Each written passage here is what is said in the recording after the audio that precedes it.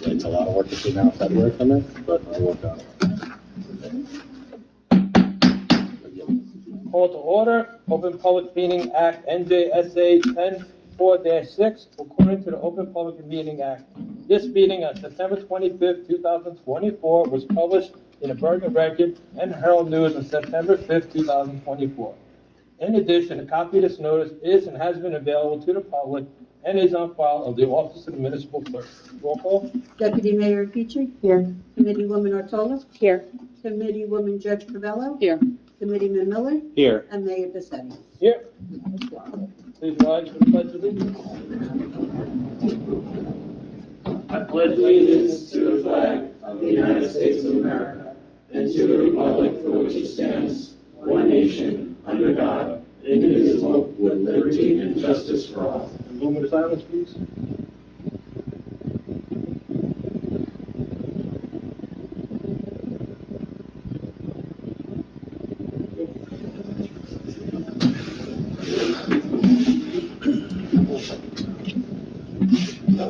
Do the presentation.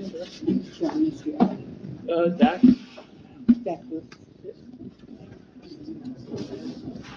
Start for the presentation to the DAC group for the 40th anniversary.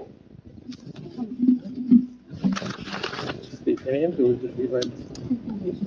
All right. Proclamation, whereas the DAC group has been a fixture in the Township of Rochelle Park since 1989, and whereas this year marks the 40th anniversary of the opening of the DAC group, and whereas since its inception, the DAC group has successfully guided over 750 middle market companies across the U.S. in navigating growth strategies through the acquisitions and strategic planning, expansion opportunities, and exit planning, including full or partial sales of their business.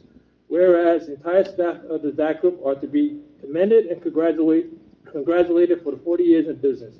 Now be it resolved that I, Vincent Bizzetti, Mayor of Rochelle Park, has hereby proclaimed Wednesday, September 25th, 2024 as a DAC Group Day in the Township of Rochelle Park, and be it further resolved that a duly certified copy of this proclamation be presented to the DAC Group on behalf of the entire Township Committee. And please say your name, please. Joe McHugh. Susan Exton. Congratulations.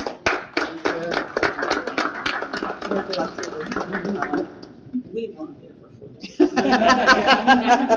We could tell. It's up to you. You're looking like half. He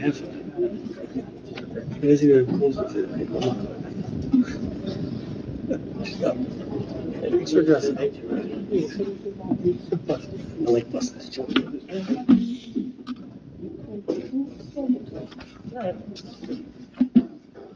The second proclamation was going to be for Ed Quinn, for historian. He couldn't make it tonight, but I will read it into the record for him. Historian of the Township of Rochelle Park, Edwin Quinn. Whereas Edwin Quinn has been a resident of the Township of Rochelle Park for 82 years, and whereas during those years as an active member of this community, he joined the U.S. Coast Guard Reserve to also serve his country, and whereas during his years of service in the U.S. Coast Guard Reserves, he has achieved the rank of commander. And whereas in his 82 years as a Township of Rochelle Park resident, he has held numerous volunteer positions, including Scoutmaster of Troop 114, and whereas his knowledge and expertise in the history of the Township of Rochelle Park is commendable. Now, therefore, be it resolved by the Township Committee of the Township of Rochelle Park that Edwin Quinn is offered congratulations and best wishes and be named historian of the Township of Rochelle Park. Thank you.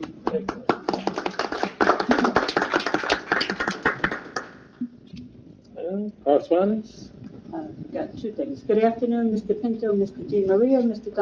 Donatello, Ms. Wells. As the past chair of the New Jersey Association for Floodplain Management, it is my honor to inform you that the Township of Rochelle Park has been chosen for the 2024 Excellence in CRS Awards. On behalf of NJAFM, we thank you for the diligence and dedication to your residents located within the special flood hazard areas of your community.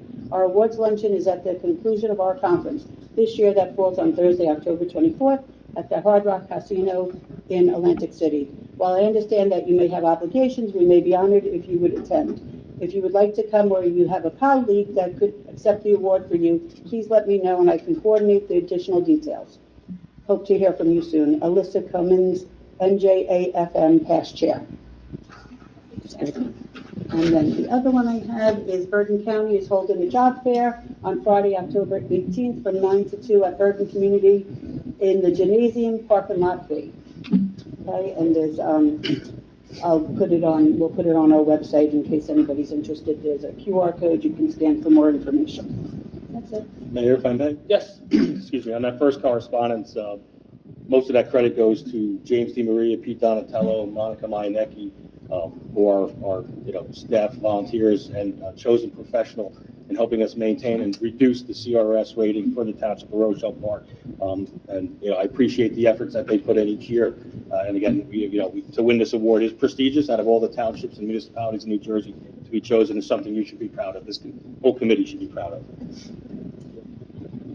If I also, Mr. Pinto, would you explain to the public what it does as far as the insurance for homeowners? So anybody who is required to have flood insurance, the rate you pay is determined by that CRS, by that rating.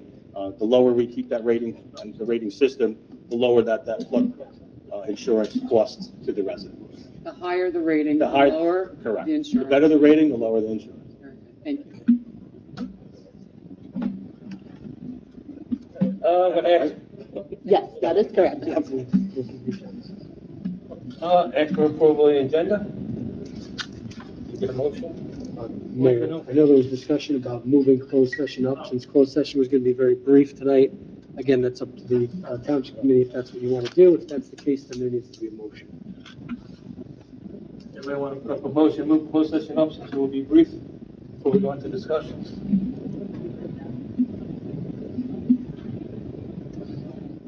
If not, you can just keep it the way it is, and you can ask for a motion to approve the agenda. I'll make the motion to move it up. I mean, if that's, Do we have a second? A second. All in favor? Aye. All right, now you can do a motion to approve the agenda as amended, and then a motion to go into closed. Ask for a motion to approve the agenda as amended. I'll make the motion. I'll second. All in favor? aye.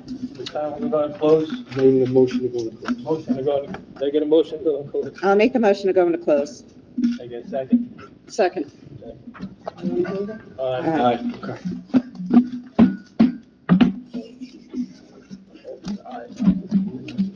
For the public's benefit,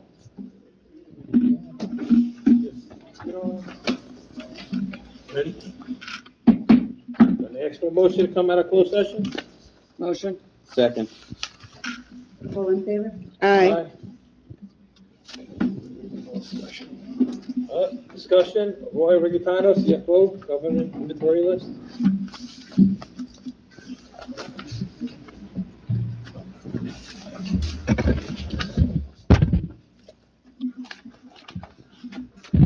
Good evening. The law requires me to appear before you, the Township Committee, in reference to the Best Practices Inventory online platform. This was gone over with the administrator and myself. I'm happy to report there were 3 no answers out of 45, so that means we will be getting our full complement of state aid, which will be wired December 1st. One of the no questions was number 22. We do not have electric vehicles in the fleet, nor do we have electric station at this time. We also do not check on the wall for vendors who may have delinquencies, whether it be their taxes, and we will start to do that this year as well. Those are basically our no questions that we answered no to. The rest of the unscored survey is just that it's unscored, so there's no reason for me to have to go over that with the Township Committee. So I appear before you, you're the clerk, and the administrator will get an email from FAST within the next 2 days, and we're going to get a full complement, 100%. So, Roy, Thank you. I didn't get the last part. What was the second one that you said we didn't, Electric vehicles? no, the other one?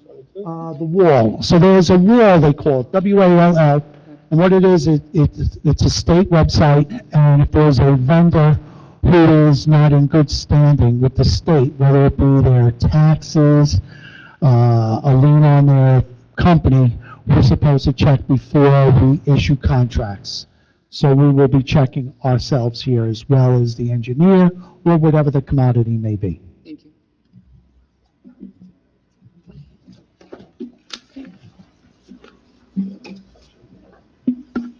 you. Any further questions?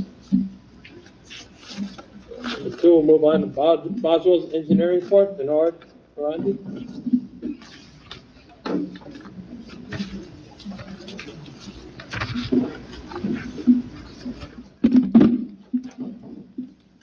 Thank you, Mayor and committee members. My name is Bernard Morandi. I'm substituting for Pete Temke this evening, who's on vacation this week. So let's start off with Rochelle Avenue and Railroad Avenue intersection project. Bergen County will be bidding that project in early 2025 and scheduled for a spring 2025 construction start. Sanitary sewer pump station project. There were questions raised by NJDEP earlier this month.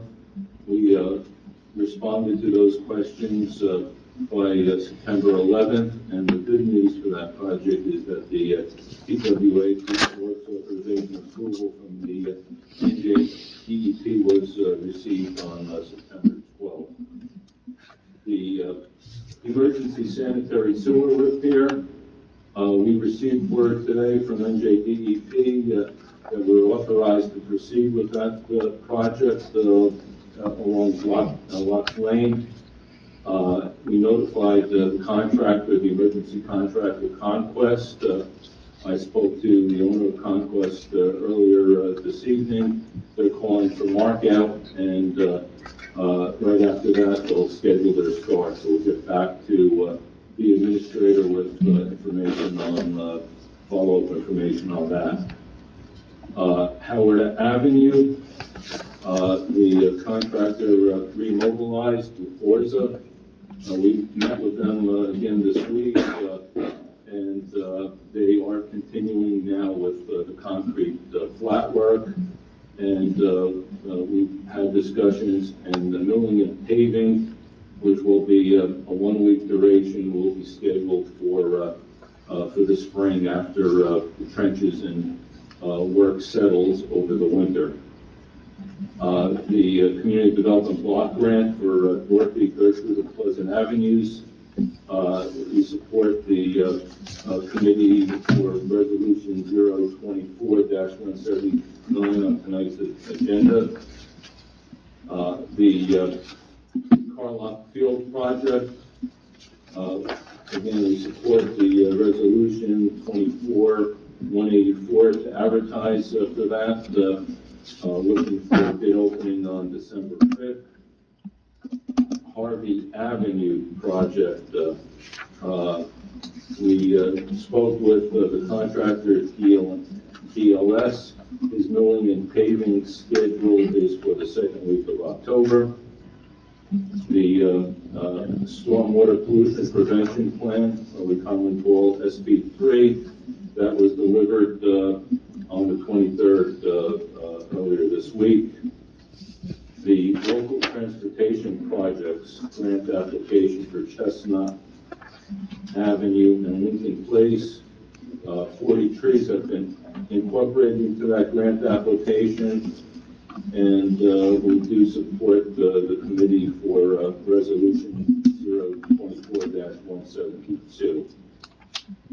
That's what I had on my report for this evening, Mayor and committee. Any questions? Yeah, please. Hi, question. You said Howard Avenue will be milled and paved in the spring of 2025 Yes. because of it being the sewers or drainage have to settle? Is that what you're saying? The trenches for that. I like to have a settlement period, and I like to have that happen over the winter. So if we do that beforehand, quite frequently what happens is, there's not enough time for these trenches to settle, no matter what the contractor does in compaction, meeting all the standards that way. So, it's our recommendation that happen. And that project, if I may, Mayor, had a lot of trench work, correct? Yes. Yeah. So when it does settle, then who comes back and fixes all the stuff that settles it? Well, we're looking to set up the schedule so there is no settlement on that, and we've done road work with a lot of pipe trenches all throughout North Jersey, and that's our recommendation. Bernard, at the last meeting, Pete said that he would come back to this meeting and share out the update on the piping. Do you have one for us? The piping, let me just check some of the notes here, committee member. The piping was purchased too large for the project, so they had to get smaller piping. But from what I'm understanding, and I was told, that we have paid for that piping and it had to be sold. This is what I was told. And we have now the new correct size piping. Don't ask me what, Dave, you would know the size of that piping that's there now, right? The other one was way too large. So it was ordered incorrectly. Had to wait for the new piping materials to come in. The piping was a question of, well, who's going to pay for that or who's going to sell it? I believe I asked that question to Peter. He said he was going to get back to us. Okay, I don't have the specifics of who's purchasing the piping, but I do know that there was a meeting that occurred with the contractor, and I believe the administrator was a part of that too. So, Dean, if you had any further insight on that. My latest conversation with Kevin Boswell was they're looking to sell that on the open marketplace. They had some prospective buyers, and that's where we're at. So did we pay for that piping already? It was built into the budget, so when it would have been purchased through those funds, as we, and again, the piping was designed to fit into a roadway, and then once they opened it up, they ran into the utility conflicts, and so the pipe was no longer viable. Thank you. Thank you. Was there another comment or question? No, thank you, Bernard. I appreciate it. Thank you. There's a public, we open that to the public. We have open this to the public. Yeah. Open up to the public. One second. Do you want to open up to the public for Yes, questions? motion open up to public? I'll make the motion. Second. All in favor? Aye. Open at this time for public. This is only on questions from the. Yeah, question for engineer, you know that, right? Yeah, they're all for the engineer. Who designed this project? Boswell Engineering. Correct. Now, who purchased the pipe? Who actually purchased the pipe? The pipe would have been purchased by the contractor. Okay. So why is it on, because I opened the specs to the plans for this job, the specs, and I want the geotechnical report, which will be test pits that were dug in the street, and to see what would fit in there. We all know that's a high water table in that area. So according to the Dodge report, which is from Construction Information Systems, they're calling for 24 by 38 reinforced concrete elliptical pipe, class 3. Says right here, owners, Township of Rochelle Park. Design firm, Boswell Engineering. This is not on Rochelle Park to pay this bill and this change order. This is on Boswell Engineering's screw up. And ever since we have lost Mike Kelly as our engineer, this is what we've been going through. And I happened to hear this, and I was not happy. And I had to wait 3 weeks to come in here. And by the way, sir, I'm a 37-year Labor is local 472, heavy and highway construction. So I pretty much know a little bit what I'm talking about. It certainly sounds like you are. I was a former local 15 carpenters myself. So what I see is that this change order should not be on the township. It's not our pipe. We didn't purchase it. It was purchased through the contract because they order it all. But according to the specs, which I'm waiting to get, but on the Dodge report clearly states 24 by 36 elliptical pipe. So I just want to make sure the town and the taxpayers aren't on the hook for this money at all. And surely I will be watching and overing every payment that goes out to Boswell for what it's for. I'm here to protect the residents, but I do my homework. You can't protect them just listening to people. Thank you. And Boswell Engineering is here to protect the township as well.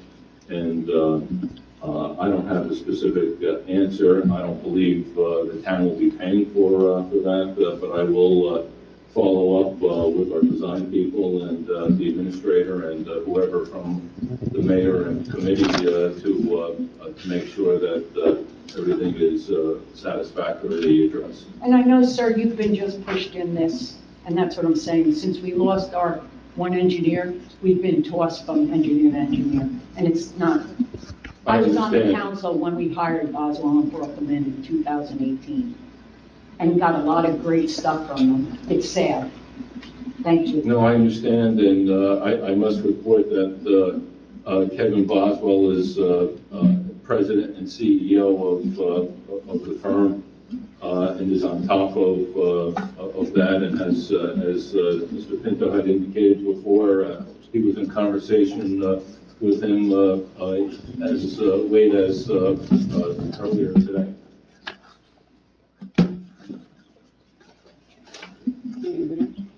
Yeah, if anybody else, ask anybody else. Anybody else in public? Then you can.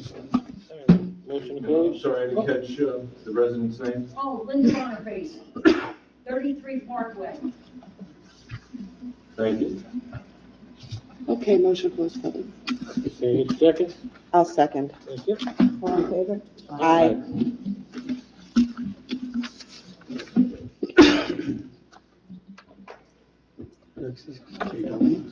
Thank you. Next up, number, Thank you. NW Financial. next up, number 3, NW Financial.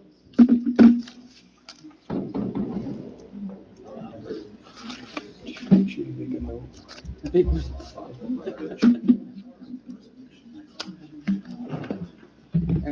you so much. Oh, there's two more. Oh, thank you. Okay. Thank you.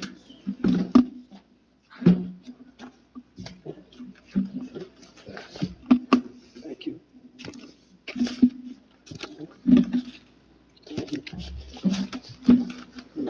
Good evening, everybody. As Tim is passing out the reports that he prepared, I just wanted to remind everybody at your redevelopment council exactly what it was that we asked Tim, who is our independent consultant from NW Financial, what it is we asked him to do.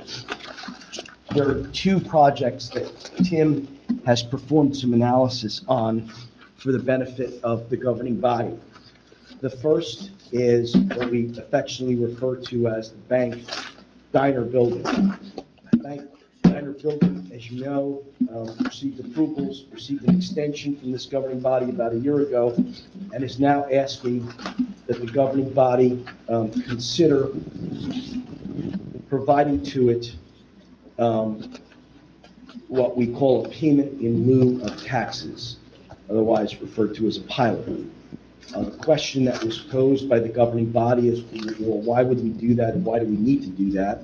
Under the statute, as I can explain, and Tim will advise you, that the only way that a municipality can give a pilot, if it wants to give a pilot, is if it's necessary for the project to be completed. In other words, essentially, but for the issuance of the pilot, the project wouldn't get completed because it would likely not get financed by a bank.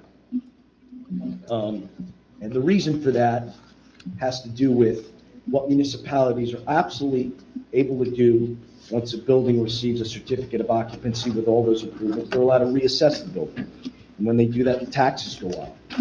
And so what happens is financial institutions get concerned that if they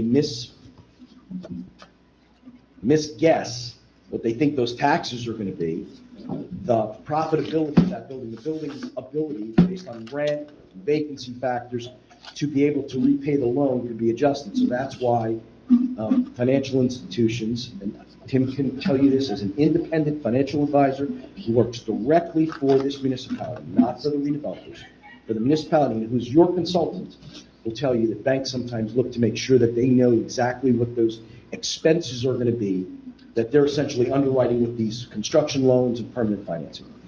So he's going to go through that analysis with you. He's going to tell you what his opinion is. At the end of that, it is up to you to decide whether you want to entertain a pilot. You could say no. And I want to make it clear that I'm not selling a pilot. I'm going to present to you the facts with an independent financial advisor that works directly for you, and you could decide what you want to do, and Tim will tell you the consequences. If you choose to do it or choose not to do it, and he'll tell you exactly what the taxes will likely be if you don't give a pilot, and what will happen to the property if you don't give a pilot, versus if you do give a pilot, and what the net revenues to the municipality will be. In addition, we have been approached by the owners of the Ramada Inn. We have had discussions about that, probably over the last 7 or 8 months. They would like to come in and redevelop that with a residential project. The nature of that project, Tim will re-review with you. Remember, we went back and forth, can you give us this, can you give us that? They came in with their final proposal, and the question that we wanted to have Tim answer is, okay, what kind of impact is this going to have on the municipality? What kind of impact will this have on the municipality in terms of school-age children, resources, police officers, and the owner of the Ramada Inn, who's willing to change that use to residential, has indicated that it believes it's going to need, under its financial analysis, it's going to need a pilot. So we find our way back in that analysis again, and based on the pro forma, the information that's been presented to Tim and to us, Tim has done an analysis now. They haven't been approved for that project. That project hasn't been designated an area in need of redevelopment, which I don't know if it'll meet the criteria. They don't have any approvals to do anything, but before we expend municipal resources, potentially have it designated as an area in need of redevelopment, have a redevelopment plan adopted so that they can build what we've shown you there. If at the end of the day, their financial model requires a pilot, and it's this governing body's policy decision that it doesn't want to give a pilot, that's okay. They're simply saying that they can't move forward without a pilot, but then we won't incur those expenses, those resources. We won't expend that time to go and have it studied as an area in need of redevelopment, and perhaps we'll wait for them to come back with another use in the coming years, and until then, it'll continue to be used as a hotel, no harm, no foul. But we won't expend that kind of time. But we all thought that you should at least have an independent financial advisor who works for you, give you his objective analysis about those two projects. And then you can decide to do whatever you're going to do. How did I do today? Did I do that? As Doug mentioned, Turn the mic a little towards you. good evening. As Doug mentioned, my name is Tim Eismeyer with NW Financial. I'm a managing director with the firm. Still can't hear you. No, I'll Please. bring it a little bit closer. How's that? We are financial consultants exclusively with government entities, almost entirely within the state of New Jersey. In addition to working in redevelopment, we also work in the public finance world, municipal bonds, but we are essentially experts in the pilot and redevelopment world. That's how I spend probably 80% of my time.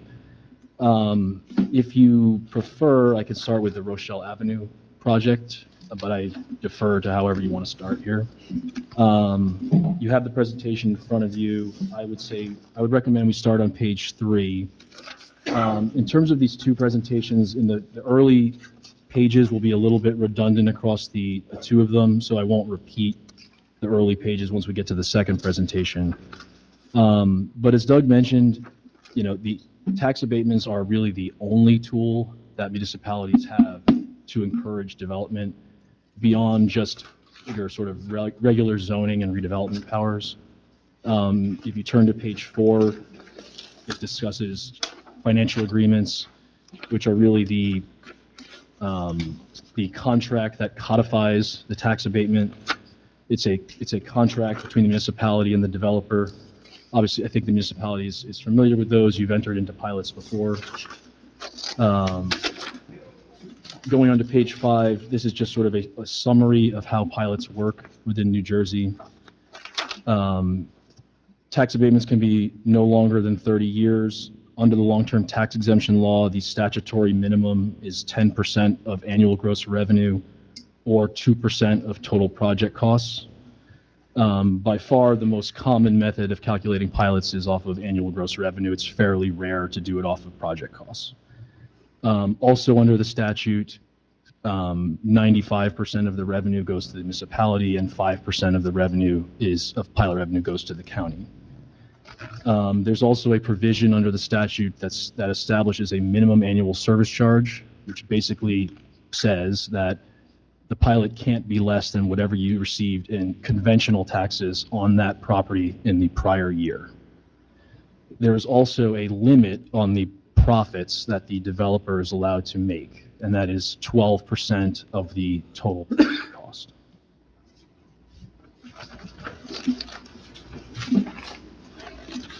Page 6 has a, sure. So what happens to those excess profits?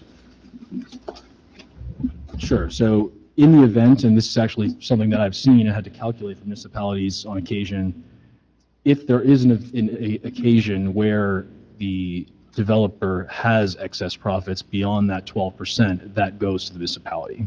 So there's a calculation that the developer is required to do every single year as part of their audit that they file with the municipality.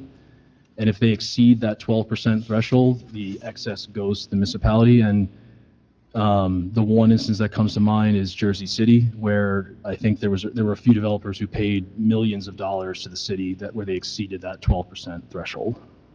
Is that as a result of the increasing rents that we're starting to see? That's correct. That's 12% of the total project costs, correct? That's correct. Is that an annual or an audit? They have to do the calculation annually. Right.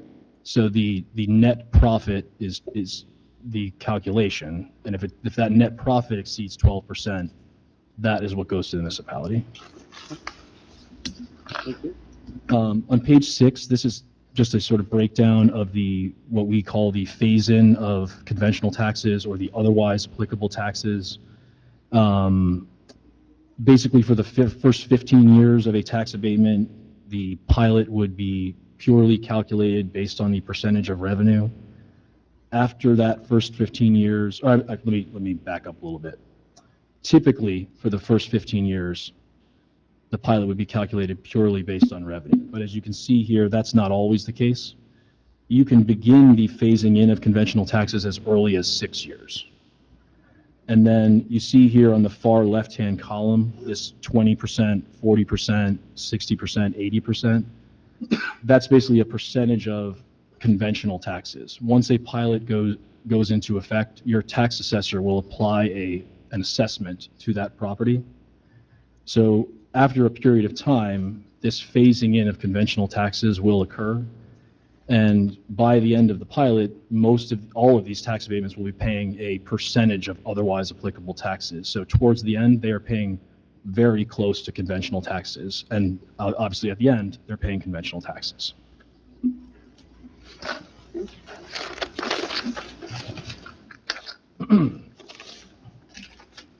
On page 8, this is just kind of an example of different factors that create the need for tax abatements, not necessarily specific to this project, but just as an example. One thing we're certainly seeing right now are an increase in project costs around the country. Certainly an increase in interest rates is creating a strain on project costs that I've seen across the board. One thing that's offset that to a certain extent is the fact that rents have gone up a lot, and that's certainly benefited a lot of projects and offset those project costs and interest rate increases. Structured parking, which we'll get into not necessarily on this project, but on the Ramada project, is a significant cost. Moving on to the next page, where we really get into the specifics of this project. This provides a breakdown of the sources of funding that the developer has laid out, as well as a breakdown of the projected costs. You'll see here that they've projected a breakdown of debt and equity, debt basically being their conventional mortgage, equity being their cash, the developer's money that they're putting into the project. 70% and 30%, that breakdown is fairly typical of a project like this. If you look at obviously this is a fairly detailed breakdown of their project costs. I would say my comment about this is that $400,000 plus per unit is probably slightly on the high side for a project like this. This is a 30-unit project. It's, I believe, 3 stories. $400,000 plus per unit is definitely slightly on the high side. The $283 per square foot is also a little bit high. But again, sometimes with these smaller projects, you don't have quite the economies of scale that you do on larger projects. So I'm not extremely concerned as I see that number, but if the committee does decide to move forward with a pilot negotiation with this project, certainly we would drill down with them and ask them how they got to this number and really get a better sense of that, because typically on a project like this, you probably see it more in the $350,000 to $375,000 range. When I first started in this industry, it was more in the $250,000 range, but obviously costs have gone up a lot.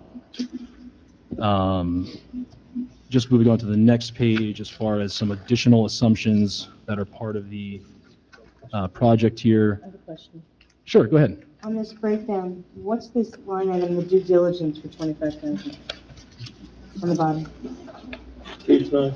on page 9. Sure. That is presumably a professional cost of their, as part of their project. I don't know the exact specifics of what that is, but that is presumably a professional cost in addition to the miscellaneous professional fees. I'd have to follow up with them to see exactly what that cost is. So this number is provided by the developer? That's correct.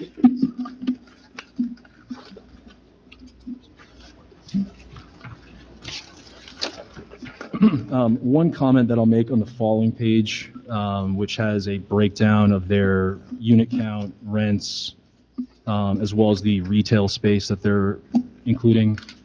We, in our model, we increased the projected rents on the market rate units. They were projecting a monthly rent per square foot of less than $3, which is less than what the Delford is getting right now.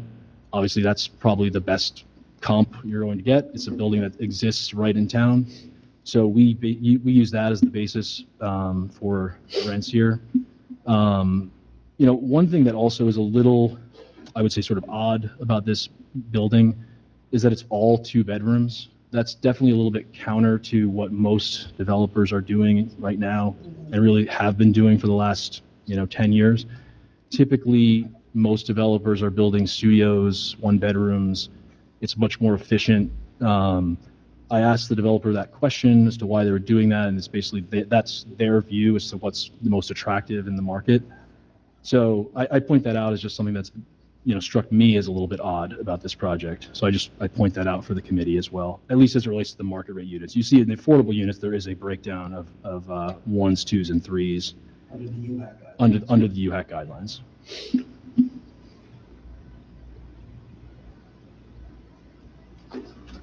Can I ask a question on this one? Sure. Project value for conventional taxes is 11 Sure, you're on, I guess, on page 10. on 10, yeah. Yep. And then a pilot would be project value of 13. So why is that different under a conventional tax than a pilot? Sure. So let me go through those numbers a little bit. So Okay. the way that we calculate project value is basically taking their revenue, which is the same under both scenarios, their operating expenses, which is the same under both scenarios. The difference under the scenarios is their property tax burden. Under conventional taxes, it's obviously higher. We estimate $229,000 under a conventional tax scenario. And under the pilot scenario that they're requesting, we haven't obviously negotiated anything yet, it's approximately $114,000, including the admin fee. So so you have a different NOI, net operating income. Okay. And then you divide that net operating income by an assumed capitalization rate, which is just a percentage. I believe we use 6%, and that's just based on a market value, and that's how you get a project value, and that's a typical real estate calculation. So that's why under if you have a NOI of 685,000, you divide that by 6%, you're going to get a lower number than 800,000. Is 6% is standard? 6% is probably higher than what it is right now. Right now, cap rates are probably a little bit lower than that. But typically, when we project out rates of return, we're a little bit more conservative because obviously we don't know where cap rates are going to be 5-10 years from now. Right. Thank you. But this is obviously, this slide out of any of them is probably the most important on page 10. You see the IRR, which stands for internal rate of return. That's basically a projection of their return on their equity. Under the conventional tax scenario, which again is based on projecting essentially their cash flow if they were paying regular taxes, and also assuming that they either sell or refinance the building after 10 years, they're getting about an 8% rate of return, and also a 5.5% yield on costs. Yield on costs is just a fancy way of saying dividing their net operating income by their total project costs. It's kind of, Doug and I were talking about this earlier. I would describe that as a borderline rate of return. So it kind of puts you in a little bit of a tricky spot here. Tell me about that. It basically means to me that it's a maybe they could do this without a pilot, maybe not. So, I would say pre-pandemic, almost certainly I would view that as a below market rate of return. Prior to the pandemic, developers were they were targeting a 15 to 18% rate of return. They were willing to accept a 12% rate of return. Now I would say they're targeting a 10%, 12%. They're probably willing to accept a 8.5%, 9%, just because of where project costs are and where interest rates are. The realities have changed. Now, obviously, interest rates are coming down a little bit. Who knows where project costs will go? That's a guessing game. But so that is my thought about the rate of return under conventional taxes. And as I said, I did make some adjustments on their assumptions as far as rents. Their rate of return, if you use their rent assumption, is about 5.5%. So certainly that would be a below market rate of return. And I'm also guessing if you asked them, they would say, absolutely not. They would not proceed with this project without a pilot. So that's kind of a summary of that scenario. And if you look at the pilot scenario, absolutely they would proceed with that scenario. It's 12.6%. That is a very solid rate of return. To me, what that tells me, and again, I don't know if we want to get too much into this in an open session, but to me, what that tells me is that you have ability to, if you want to proceed with a pilot negotiation on this project, you have the ability to get a better deal than what they are asking for on this project. But let's talk about what the net, assuming, and I'm not suggesting that the governing body or any individual members of government, what are the benefits to the municipality in entering into a pilot versus traditional taxes? Sure, and that's really covered on the next slide. So, you know, and really we talk about it as kind of one of the, you know, common misconceptions of pilots is that municipalities get less revenue under a pilot than conventional taxes. A lot of times, particularly with municipalities like Rochelle Park, you actually end up getting more revenue because your share of conventional taxes is actually a lot less than the percentage that you get of the pilot. So even though the number that the developer is paying is less, your percentage is higher. So if you look at the slide, if you look at the information on slide 11, I'm sorry, this slide 11 is a slightly different piece of information. You see the current taxes is about 47,000. The projected pilot revenue is about 110,000. So Can I ask about that? Oh, sure. Yeah, go ahead. So that's their current taxes right now and what's there. Right now. That's correct. This is not addressing if they were to build what they want to build without a pilot. That's correct. And That's what on the taxes would be. That's correct. That's on the next slide. Okay. Yep. I got ahead of myself.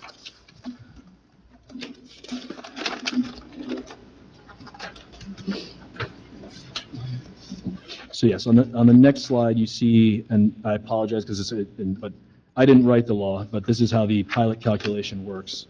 On the sort of 1, 2, 3, about 6 or 8 columns on the left, you see how the pilot calculation works. You start with the gross pilot, and a few columns later, you get to the township share of the pilot, being about a little less than $100,000 for the first couple of years. The last 3 columns, you see that their projected conventional tax number, the gross number, would be about $230,000. Your share of that, though, would be about $87,000, based on your percentage that you get of conventional taxes.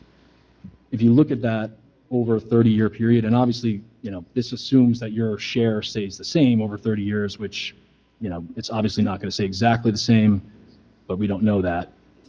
Your projected net benefit of doing a pilot versus conventional taxes is about $620,000.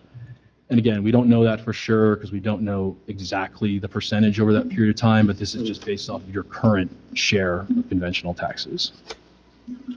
Depending on the negotiations that we go into, can that get better? Absolutely. So if you look at the far left column, you see that this is based off of 10% of AGR, which, as I mentioned before, that's the minimum under the statute, and that's what they're asking for. So they're basically asking for the most lenient pilot you could possibly give. And certainly, if you choose to move forward, that is not what they would end up with. So.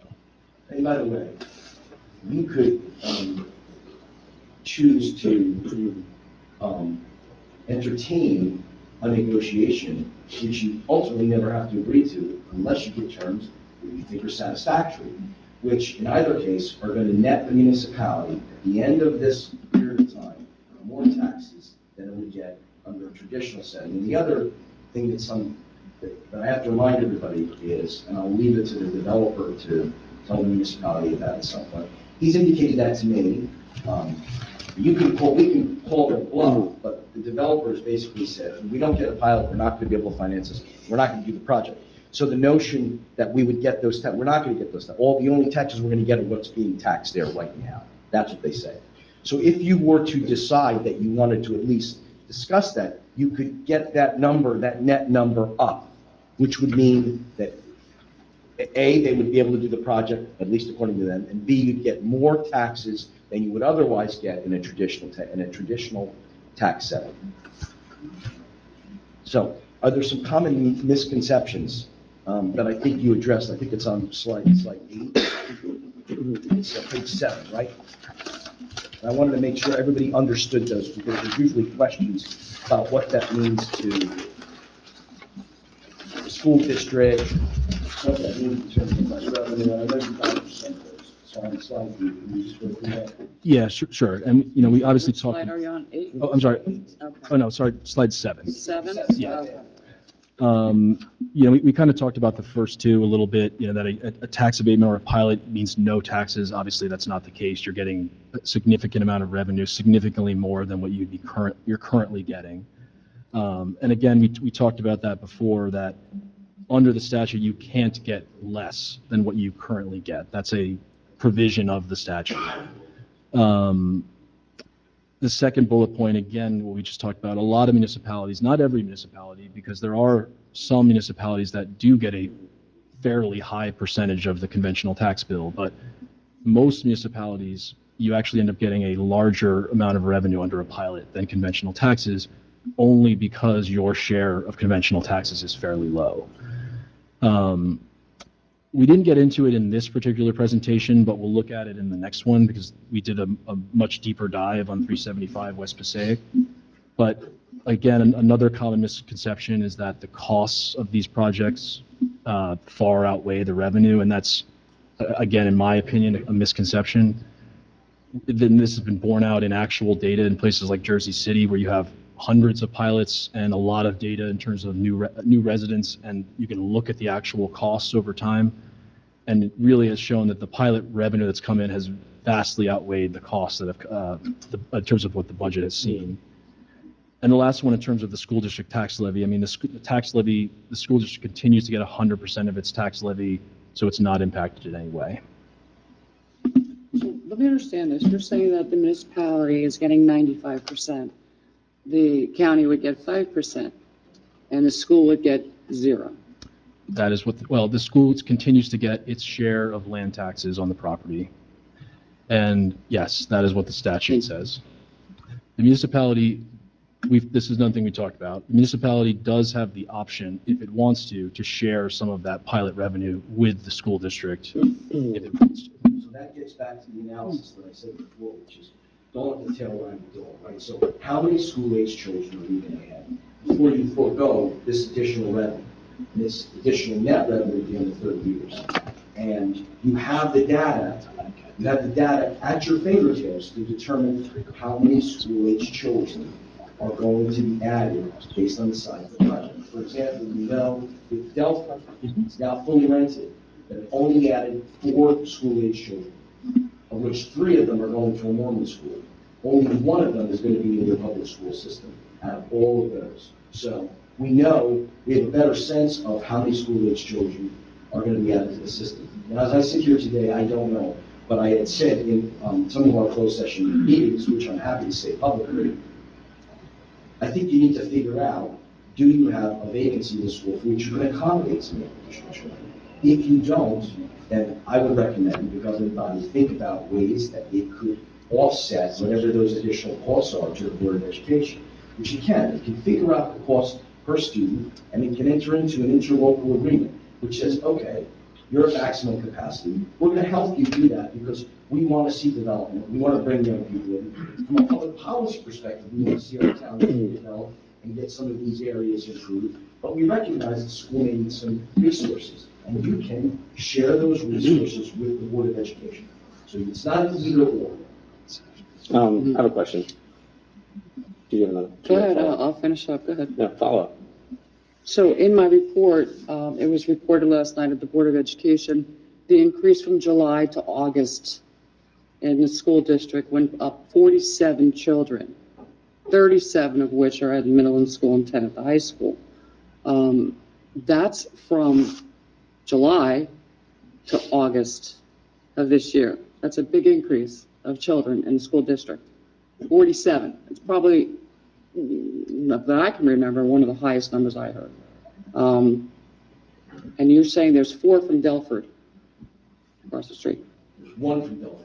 You just said there was 4. There's 4 children that are reported in the building. 3 of them are going to a private morning school. Okay. 1 of them is being added to the. For now. Yeah, they could change. For now. I'm just saying, so you've got a potential of 4, which only 1 is being added. Because part of that analysis too is some people are just going to put their kids in private schools. But with respect to that analysis, but the question I would have is, with respect to what you just learned, are we now overcrowded? And if we are, that's a separate discussion. that I think That's we need to correct. have. Are we, and I don't know the answer. And it may be that we are overcrowded. But that doesn't mean that's not something we can't fix by moving forward. Because remember, I'm in the redevelopment, right? I want to remove blighted areas. I want to see areas improve. I want to see tax revenues in, right? You ultimately make the decision as to what projects you want, what projects you don't want. But I don't think it's an either or. I think there's a way you can get to where you want to get to, and you don't let the Board of Ed down if that's the direction you want to go. I want to jump in here. We keep talking about Jersey City. Obviously, we have a much smaller tax base. Obviously, this is a population of around 6,000. And you brought up the Delford as well. And I'm glad you did because that's fairly new. We haven't received a full pilot payment yet. So how can this governing body justify considering more pilots before seeing the results of the current one? Do you see that in other towns, small towns, approving multiple pilots at once before even evaluating? I do, because they all come online at different times. I mean, it's. Can you give out some examples? I mean, I don't know. Town example. It's all set by statute, right? So once they get to see it, well, this is all done in the ordinary course. It's not like they can avoid paying it. And we do an audit, they've got to give us their stuff. I mean, I've never seen a situation where you can't get a pilot payment.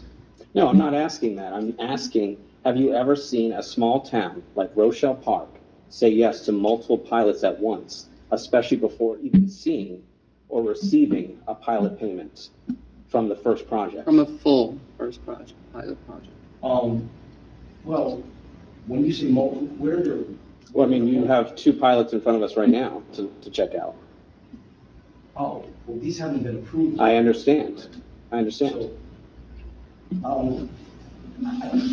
I don't know how to answer that, because the answer is you're gonna get your pilot payments from whatever that project is. I mean, it would be like saying, well, what if a homeowner didn't pay their taxes? The answer is we have legal methods to make sure that we always collect the taxes. Well, I don't think you understand my question, because I'm saying, why would we say yes to another pilot before we've even seen the effects of the current? I think the 2 projects are completely unrelated. I mean, we know what we're gonna get. We have an agreement that says they're gonna pay us a minimum of this on those, right? Or the greater of this, and if they make more than 12% profit, we take that. I mean, it's almost like, I'm not minimizing what you're asking, but it's almost like saying, well, we're not gonna give site plan approval to a developer for a potential, for a subdivision that's not redevelopment, right? We're not gonna give him approval for that because we don't know whether the previous subdivision or site plan application we gave is gonna ultimately pay the taxes on the added assessment. We're not gonna allow these homeowners to put additions on their homes because we don't know whether they're gonna pay their added assessments. They have to pay. Right, so I'm just asking again to clarify. Right. A town like Rochelle Park, where the tax base is small as ours, have you seen another town take on another pilot before even seeing a year of pilot payments from the first project? I mean, I gotta think.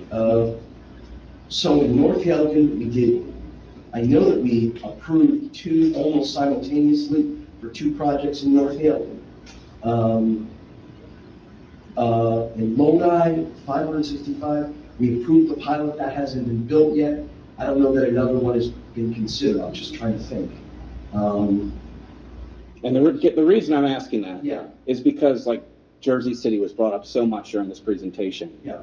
Right? And obviously, again, we have such a smaller tax base. There was no representations or examples of other similar towns to Rochelle Park.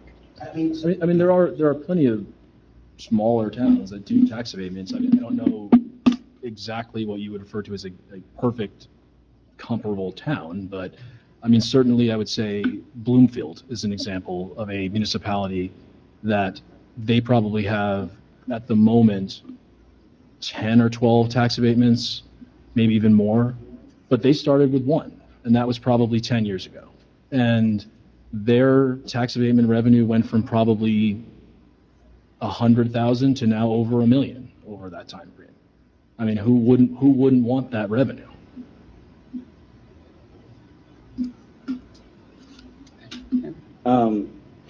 Generally speaking, can you also talk about risks that pilot agreements do pose if a development project does. I'm sorry, could you repeat that question?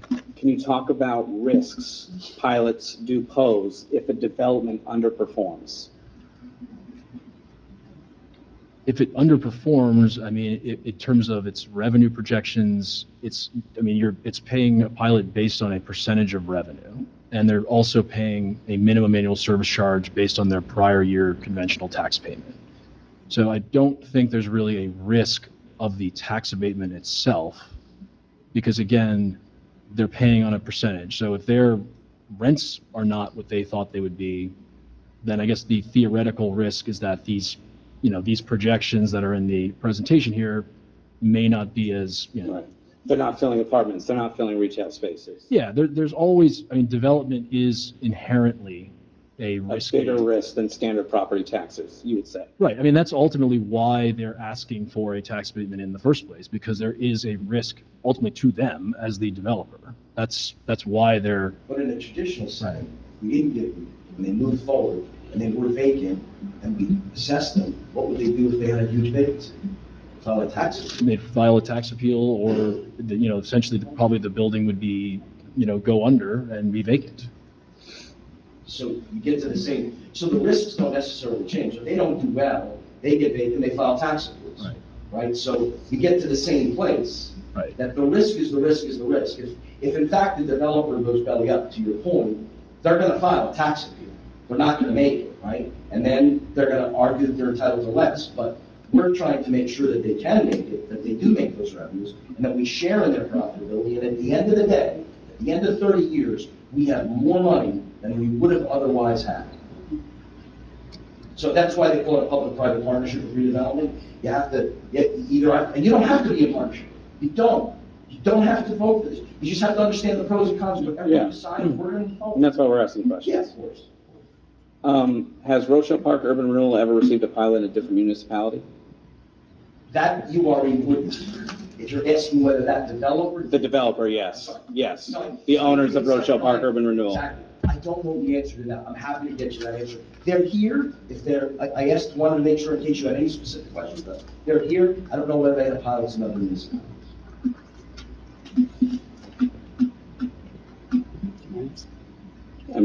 I posed the question if they want to answer it. They would like to answer, if they're here. Over there. Oh, right there. Bob? Yes. The answer is yes. Just state your name for the record. Robert McNerney, 175 Rock Road, Glen Rock, New Jersey. The answer is yes. We have a pilot that we recently entered into in Wanacue. We're in 5th year. You can call that town, and they can vouch for us that the payments have been made.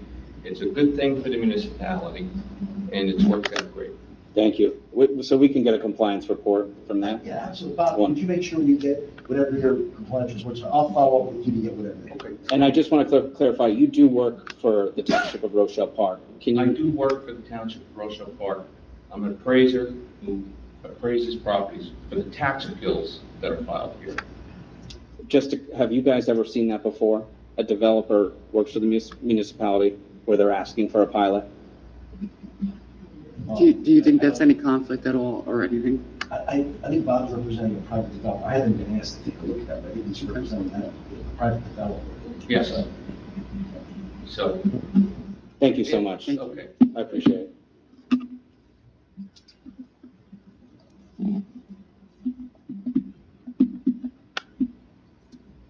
So that's the analysis on that project, which has already been approved, and the only issue is whether you want to give it a pilot, whether you want to negotiate to see if there's pilot terms you can agree to. You don't have to, it doesn't have to be a thumbs up or thumbs down. It could be, well, maybe, but I don't really like those terms, and maybe if you got the right terms, it would be something to consider. Or maybe the governing body's decision is, no, we're not interested. And that's okay too. As long as you've heard the risks, the pros, and the cons, you can make that public policy decision. Next one's a little bit more complicated. Are you asking for a decision tonight? Not at all. No, in fact, you may want to. I wouldn't even do that. No, I would advise the public body that this is an initial presentation being done by NW Financial. This is the first that you've heard about it. I think that there needs to be extensive discussions as well as questions and answers from the public, time for you to discuss things and potentially ask questions in closed session, and may resolve negotiations before you make any decisions. They just got this tonight. Yeah, on this. You gotta review it, you gotta think about it, it's a big policy decision, I get it. The answer is, we want him back, we want him back in October, we want, he works in the Austin office, in Austin, Texas, so we flew into it. That doesn't mean we can't have him on Zoom for a closed session meeting, we can't have follow-up discussion. This is not something that you should make a decision in one evening, 2 evenings, 3 evenings. Take all the time you need, because it is a big public policy decision. And I think you should be able to ask questions and ask whatever things you want to satisfy yourself that it's a good thing or a bad thing, or it's a not great thing and you don't want it anyway. So. From what we heard so far, does anybody want to open up to the public portion just from what we heard so far? I would say they're done with the presentation first. Are you guys done with your presentation? Do you want to do I think they're going to Ramada? get more involved. Is it more involved in the Ramada? The Ramada It's a one? little bit more. It's a very similar presentation, but slightly more detailed on the projected costs for Let's finish this residents. presentation, and we'll open up to Then public comment. you guys can open. All right, I just want to, Yeah, no. all right. You might ask about both sides. Yeah. Okay, so we can move on to the other presentation, and we can probably skip right to page 9. 9? The previous pages are all the same. Again, this is a breakdown of the sources of funding. And again, you see here, there is a debt and equity breakdown. There's no other subsidies here in terms of, Aspire, which is a state tax credit program, or low-income housing tax credits or anything like that. It's a simple breakdown of debt and equity. And you see here, it's pretty similar in terms of 75%, 25%. The other project was 70%, 30%. And again, here, I mentioned the other project was over 400,000 per unit. This one's about 350,000. But also, this project is over 260 units. So it's a little bit larger of a project. One thing I would point out here is that you see the parking costs. This is a project that's going to be built on a 2-story parking podium with, I think, 3 stories of residential on top of that. I think there's 488 total parking spots. So as you can see, that adds a pretty significant cost to this project. It's kind of a strange site. Obviously, you're pretty familiar with it. So that adds a relatively significant cost to this project. The next page, the memo that I prepared goes into a lot more detail on this, but we did increase the rents a little bit on this project as well. Again, using the Delford as a comparable project to do that. But I'll just pause here so you can take a look at this page as well in terms of the breakdown of the units. There are 40 affordable units that they're proposing here. Can you just reiterate what the comparison to the Delford was? Sure, they were projecting, let's see here. You say they, you mean the developer of the 375? I'm sorry? When you say they projecting, you talk about the developer. Yeah, they were assuming rents that were slightly lower than what the Delford is getting in their building, so we increased the rents in our model to be higher based on what the Delford is getting in their building. And one of the reasons why we do this, obviously, the lower rents they get, the more it looks like you're desperate for a pilot, right? So we try to approach this, like let's get real data based on the most current information we have, which is the Delta. We know that I think it's chief, it's 95% occupied. Right? It may be about 98, I believe. Right, so, and we know what the rents that we're getting there. So let's use those to figure out what rents are more likely that the Ramada, that property is going to get. So figure out whether they really in fact do need a pilot. Because the statute doesn't allow us to do a pilot unless they can demonstrate that they do need a pilot. The other thing I wanted to mention too, the affordable units, we assumed at 50% of AMI. So the memo goes into more detail on this than the presentation, but we made some adjustments on their rents because their rents didn't really accurately reflect what those affordable rents should be. So we did make some adjustments there. To Doug's point about making adjustments that are more favorable to the municipality in terms of this analysis, their operating expenses were a little bit too high in their model, so we reduced those from about 9,600 a unit to 7,000 a unit, which is much more in line with what we would typically see. We did not make any adjustments to their project costs, which is, again, I think are right in line with what we would typically see. The next slide, again, similar to the last presentation, this is page 11. This is kind of the critical slide in terms of the, as Doug mentioned, the but-for test as to whether or not a project needs a pilot to proceed. The rate of return here, I think, is a little more indicative of needing a pilot, in my opinion. One thing that is interesting to me, though, is that I think I read an article that the average effective property tax in the state of New Jersey is about 2.33%. Rochelle Park is just under the state average. So the result of that is that a lot of these projects show slightly better rates of return under conventional taxes than what you might see in other municipalities that have higher effective tax rates. And a lot of municipalities have effective tax rates over 3%. In some cases, 3.5%. So you run a conventional tax analysis in those municipalities, you might show a rate of return of 0 or negative.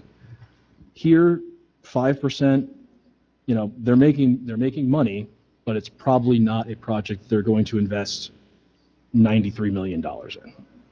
You can buy a one-year treasury at far less risk and get basically the same rate of return.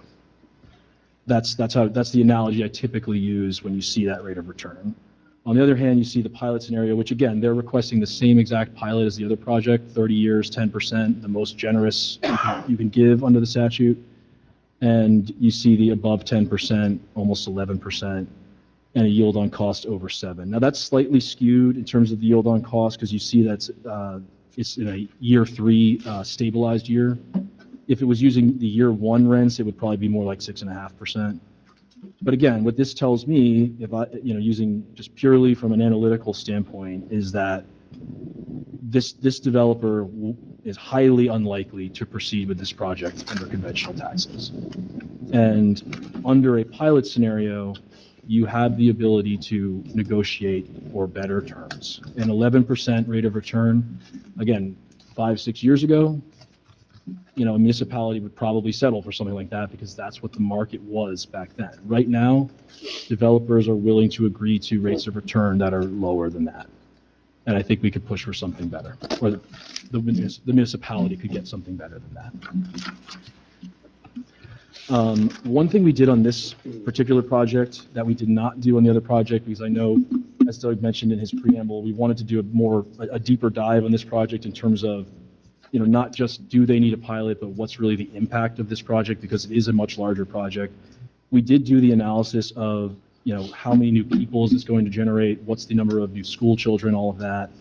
We utilize what's basically the standard methodology here, which is the per capita multiplier method, which is used basically everywhere in the country to estimate new people and new school children.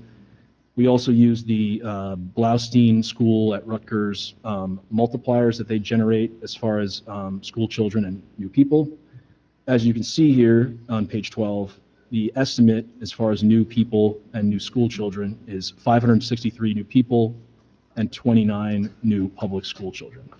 Now, I will tell you that based on the comment that Doug made earlier as far as the number of school children at the Delford, while the Blaustein School did revise their analysis in 2018 from their original report in 2004 to update the number of school children as far as the multipliers to make it slightly lower as far as these types of buildings, clearly I think it's still a little bit of an exaggeration as far as the number of public school children that will be produced by this building. If you use the Delford as an example, it's probably going to be more like, well, again, if you just use the number of school children or school age children generated by the Delford and you extrapolated that out for this building, it would be 6 children, just using the raw numbers. So it's somewhere between 6 and 29, right?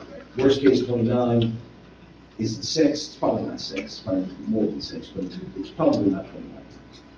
So you're talking about 563 new people You're talking about, on this one, 40 affordable housing, am I understanding that? That's correct. And you're talking about 40 units, which is 1, 2, and 3 bedroom. So there's 1 bedroom has 8, 2 bedroom has 24 units, 3 bedroom has 8.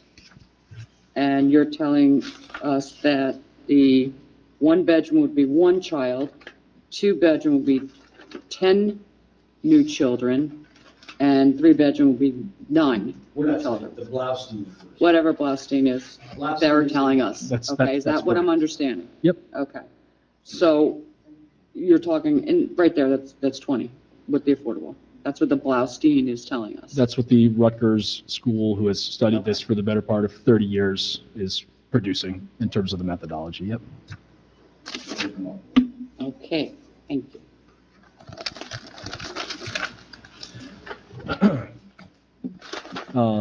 As far as estimating new costs for residents, what we've utilized is the acronym is PFAF. It's produced by the Division of Local Government Services in terms of the different budgetary categories that they believe are impacted by new residents. We apply a percentage to those budgetary categories that we, realistically, we think will be impacted. Again, it's a concept of economies of scale, or another way to think about it is kind of building a toll bridge. Very expensive to build in the beginning, but not super expensive to operate once it's built. So, these are kind of the categories of residential services that, new residents would be expected to use. And obviously probably the most important ones being public safety in terms of likely to be impacted by new residents. And ultimately what that results in is a per resident cost of these new residents, which we then apply to the estimated number of new residents, which results in an estimate of what the total cost of these new residents would be to the municipality On an annualized basis. on an annual basis.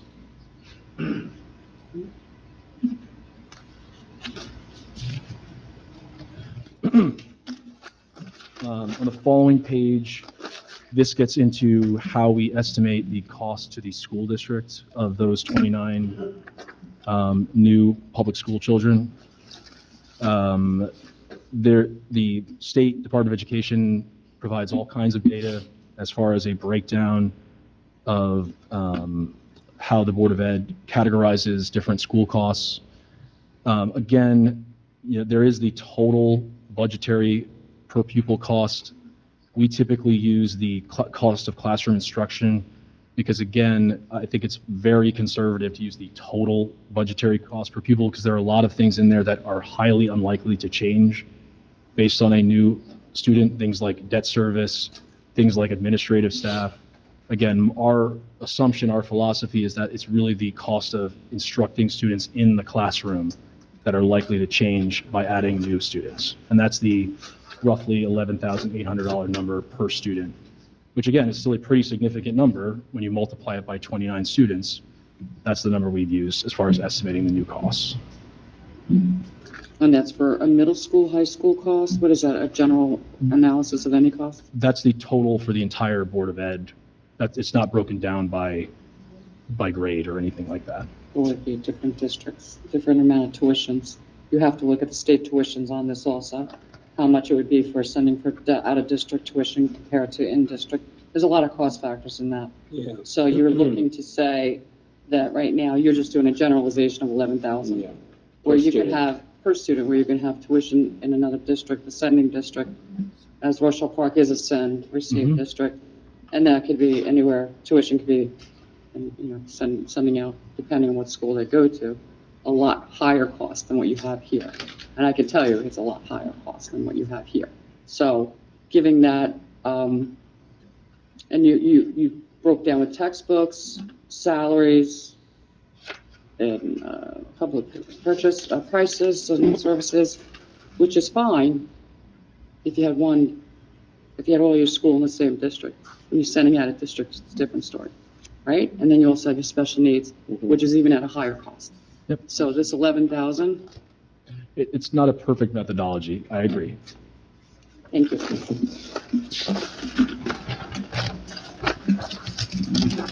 And just to clarify, none of this might be a perfect methodology for all the numbers that you punched.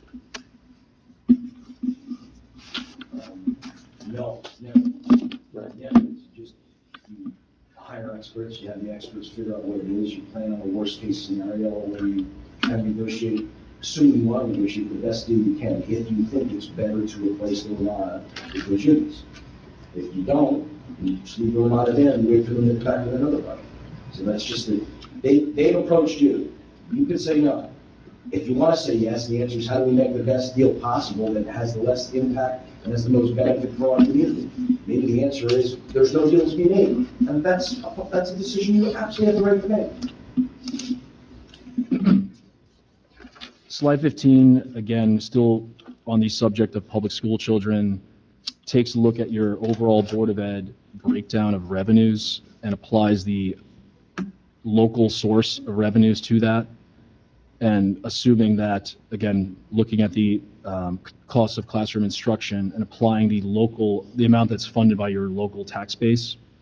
And again, that gets you to that $10,150 number you see here, applies that to the 29 new school children to get your total number of estimated new school children. And again, I recognize it's not an absolutely perfect system of doing it.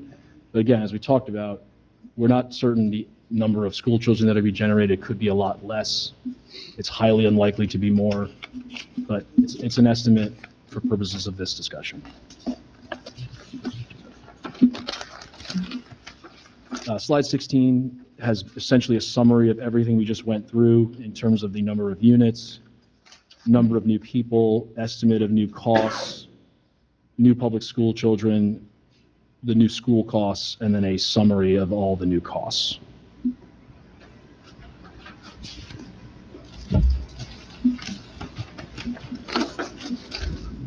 On slide 17, and one thing I just wanted to point out, there was one sort of Scribner's error in the first year, and this gets back to my point about the minimum annual service charge.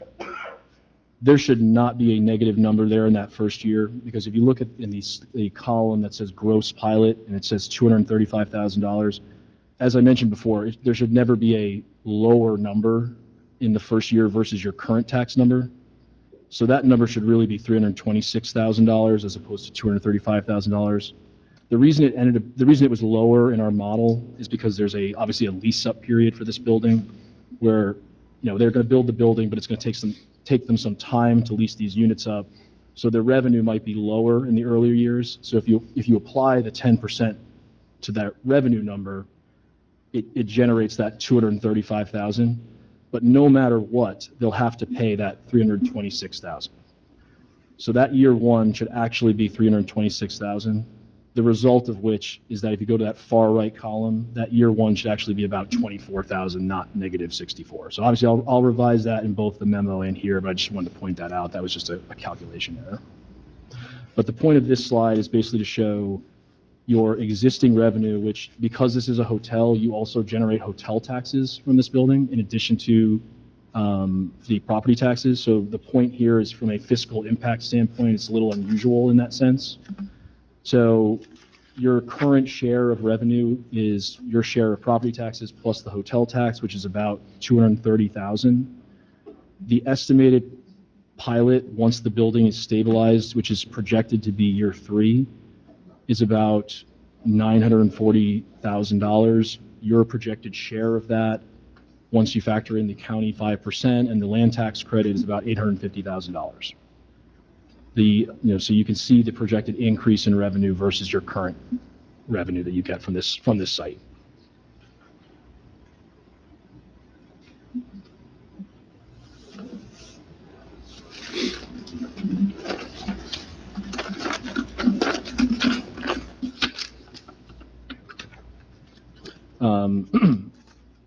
On the next slide, same comment about the year one issue. That number is still slightly negative. It shouldn't be negative 125. It should be about negative 36,000. But the point of this slide is to show basically the same net impact, but also factoring in the residential and school costs. So basically showing your net share of the pilot, but also factoring in the costs.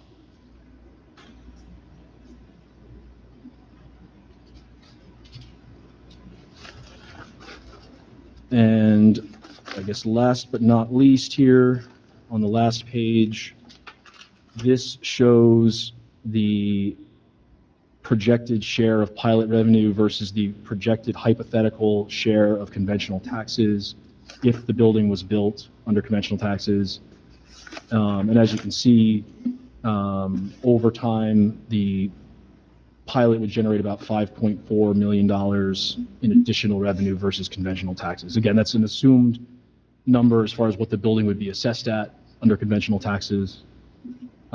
Is that after netting out the additional cost of municipality closures? No, this under both scenarios, this is agnostic as far as school and residential costs, because it's in either case there would be the costs. So,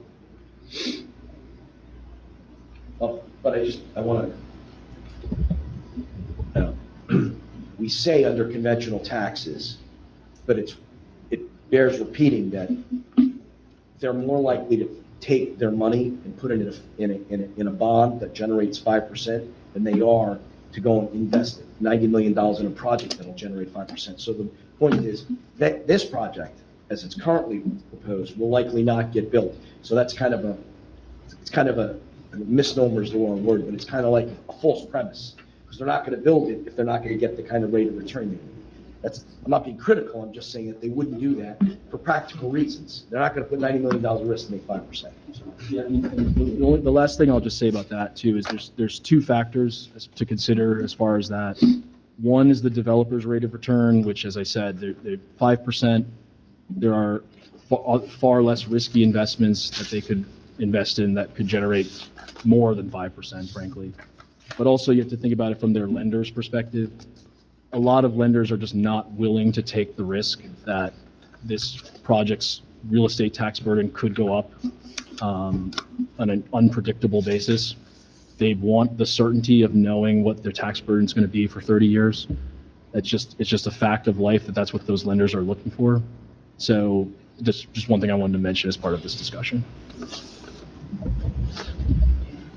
It's a fact of life in any redevelopment, right? At the end of the day, you could have this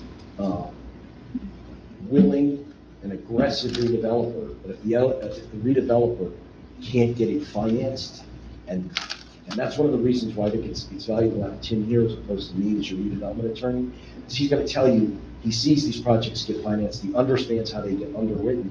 We have to deal with the developers, to the extent we want to redevelop, to the extent we want to improve areas, right? If we start off with that premise.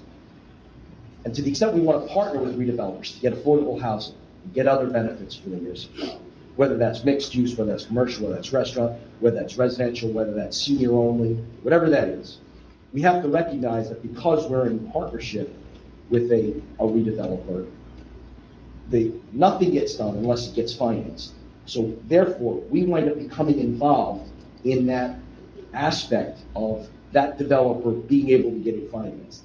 And that's the benefit that an NW or a Phoenix or another private financial advisor gives to you, so that you can get an objective view about whether in fact they really need these tools that the legislature gave to the municipality to use to help redevelop these areas. If that's what you're looking to do, that's it, that's all.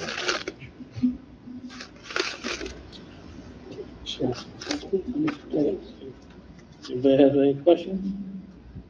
Is there anyone here from the Ramada? Did Sean, yeah, there you are, Sean.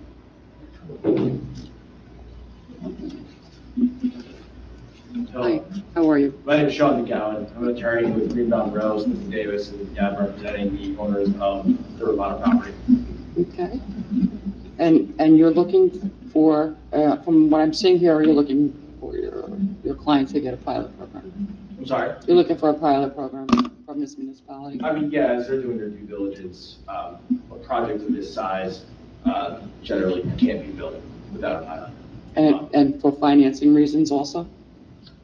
Yeah, primarily for financing reasons. But, you know, as they said, the amount of risk involved, with standard taxation, it just doesn't make it profitable enough in order to take the risks with so much money that you really need to increase that rate of return in order to make the risk worth it. And, to piggyback on what they said, standard taxation can be unpredictable. So when you set that taxation level through an annual service charge, so that it's predictable, it makes it a lot more palatable to the developer and their lenders. Thank you very much. You're welcome. Oh, well, like to get a motion, open up the public. I'll make the motion. Second? All in favor? Aye. This time, anybody with questions, feel free to come up.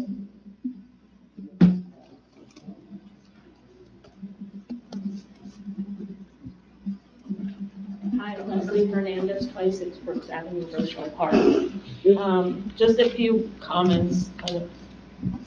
I'm wondering about the future road construction on the Central Ave and Rochelle Park Ave. I thought with Route 17 in the future, our roads are going to be widened, making that a better turn. So I don't know how that would affect putting a big building there. Secondly, I know there's a lot of statistics. I don't know where they come from, but Bloomfield has 53,000 approximately.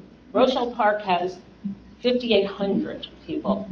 Rochelle Park has one school, and Bloomfield has 11. Rochelle Park is 1 square mile. Bloomfield is 5 square miles. So it's really not comparable.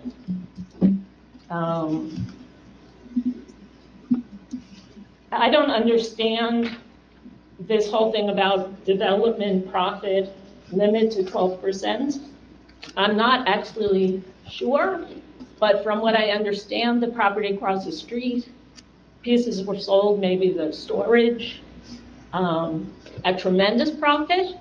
I'm wondering if Rochelle Park is getting any of that profit. Also with what's going on with the restaurant that's supposed to be there, or the stores or whatever, and now they want a daycare in a flood zone, like you said. Let's get through one, see if it works, and make sure. And the cost for schools, if we're at our maximum and we need to make an addition to the school, 10 or 11,000 per child is not going to cut it.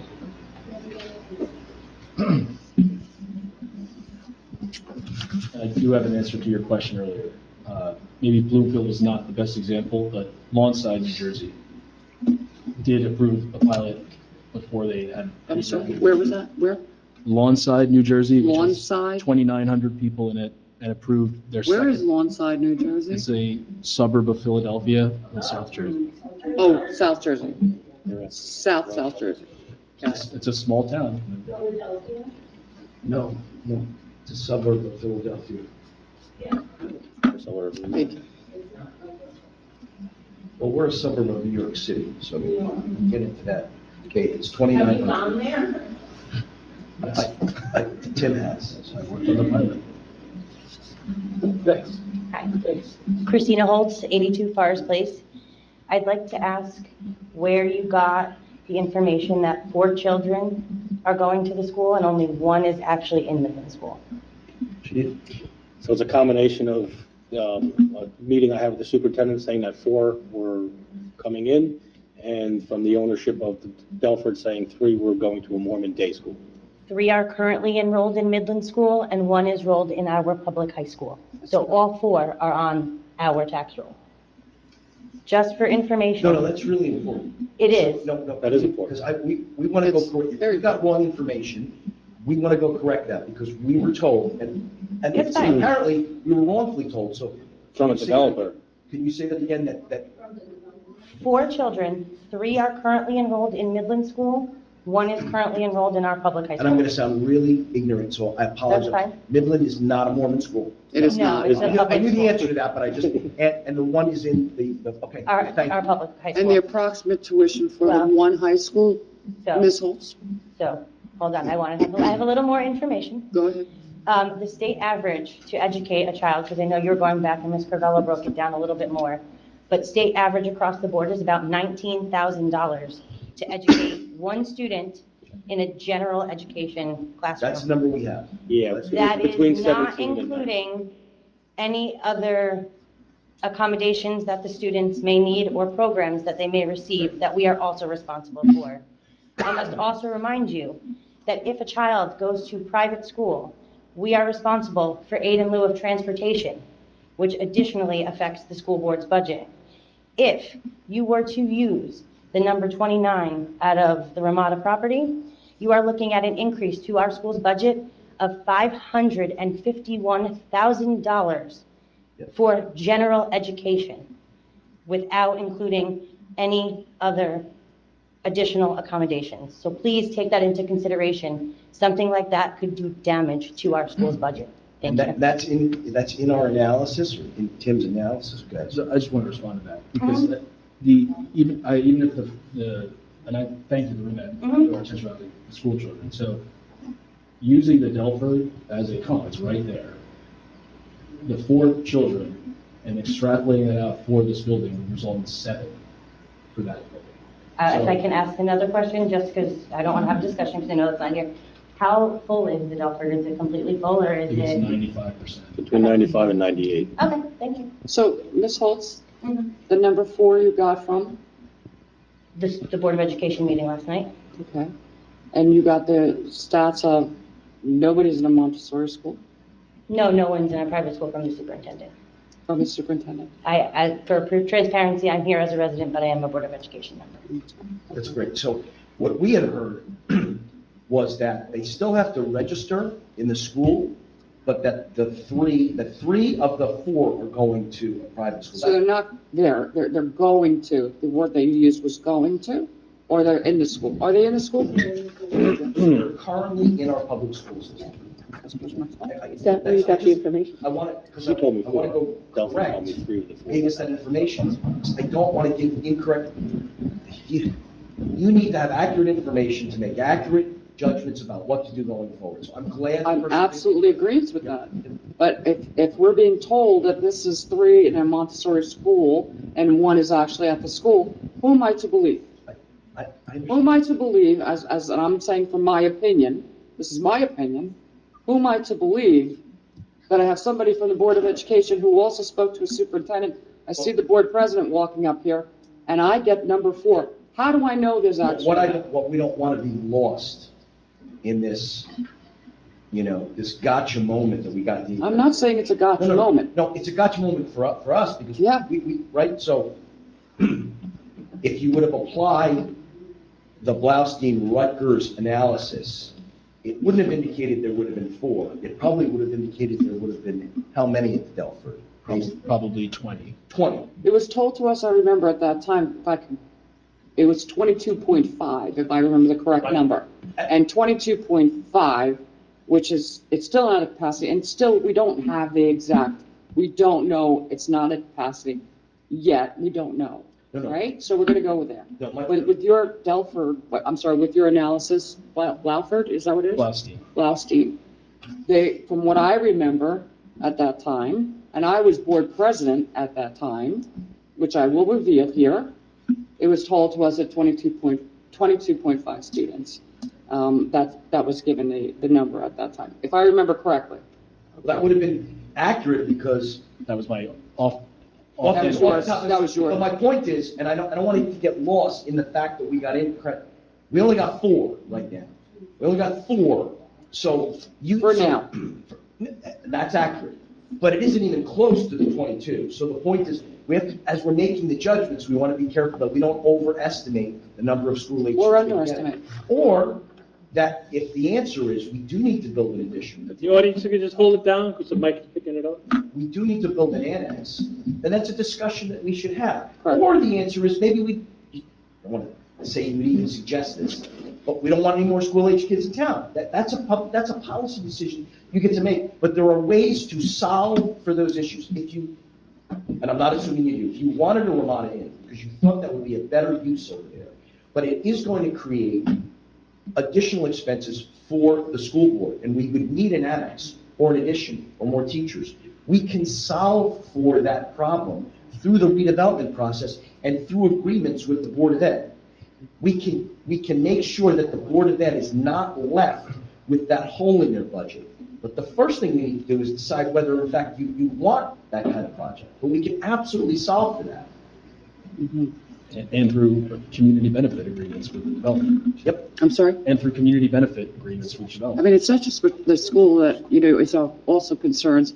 You have your services, your police service, your fire service, your ambulance service. You have a lot of other, your DPW service. Everything is also involved in that. So I'm not just honing in on the school. Understand what I'm saying? These are all different things. That's why we put a number on what those additional costs for. I understand that. And if the chief and the administrator or the deputy chief said we needed to add 2 more police officers, those are all things that are part of the negotiation so that it doesn't have a negative impact and so that the pilot payments would cover those costs and we would be net to the positive at the end of the day. That's what we can do in redevelopment that we can't do in other settings. Understood. Mr. Twinsky? Okay. How are you? Good. Hi, everybody. Matt Chewinski, 127 Forest Place. Yes, I'm also on the school board, but I'm here as a resident as well. Just to verify that information, yes, that is true. What Ms. Holtz put forward, we have 4 enrolled, 3 in the grade school, 3 in our middle school right here, and 1 in the high school. What was the percentage, or what was the amount of how full are the, it's 120 right now? Do we know how many units are full? What the percentage is? 98%. 95 or higher. 95, 95%. 95 to 98. And that information came from, where do we have that from? The development, the ownership. The reason I'm asking is, we had spoken to your point, about an agreement, or putting a safety net agreement in before that project had started to safeguard taxpayers and the residents in the event, not we need money, just in the event or after a certain enrollment. I think that magic number was 20 or 22. 22. Right. If the enrollment went up beyond that number, that there would be a certain amount of money kicked in towards the school for construction, for tuition and all that, but we never did get that agreement. We've asked for it, the school has asked for it, it was laid out and it was brought, and we never got the agreement. That was back in 2018, correct? 18, 19. Yeah, I believe I have And let's bring back to the point is, again, why would you not want to put a safety net agreement in place? You know, speculation is 22. I agree. I agree. I'm not ducking it. I wasn't here at the time, but I think you should figure out what your needs are. And if the answer is, well, we're not at capacity, but what if it turns out wrong? What if we have 50 schools? I think you could put into place an intra-agency agreement that says the occupancy is X now, right? In the event the occupancy goes, the school-age children that are contributed by any one of these projects goes above this, right? The municipality agrees to contribute to the Board of Ed on an annual basis by January 15th of each, tax year, whatever it is, the sum of whatever the cost per student is, as determined by the following formula, blah, blah, blah. I think you can put it together. And the municipality cuts a check, it's in its budget, as part of those revenues, and it can give it to the Board of Ed.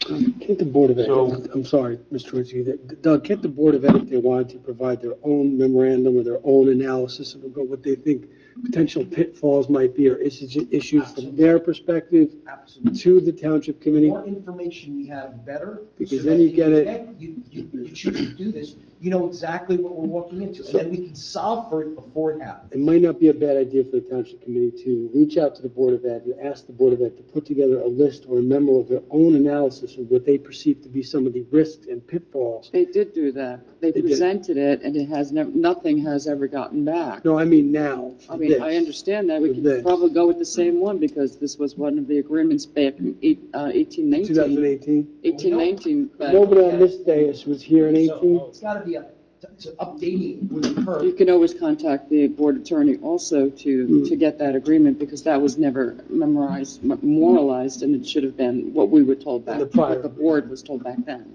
That's correct. But I think Mr. Schwinsky's right.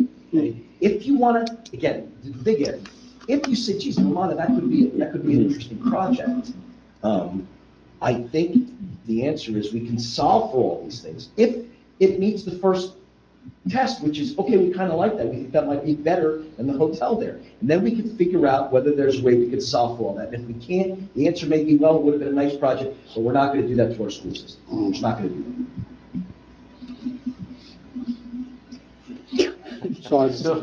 So to continue on, thank you, to continue on, just a little further, maybe I just mentioned it, I don't know. That's set up for me. To continue, you can hear me. To continue on and further the conversation, I would absolutely, like you just said, invite, and you know that, the administration, this administration, if you need information on enrollment for the school, well, right down, you know where we are. That's where I got the 4 students from Sue DeNoble's mouth.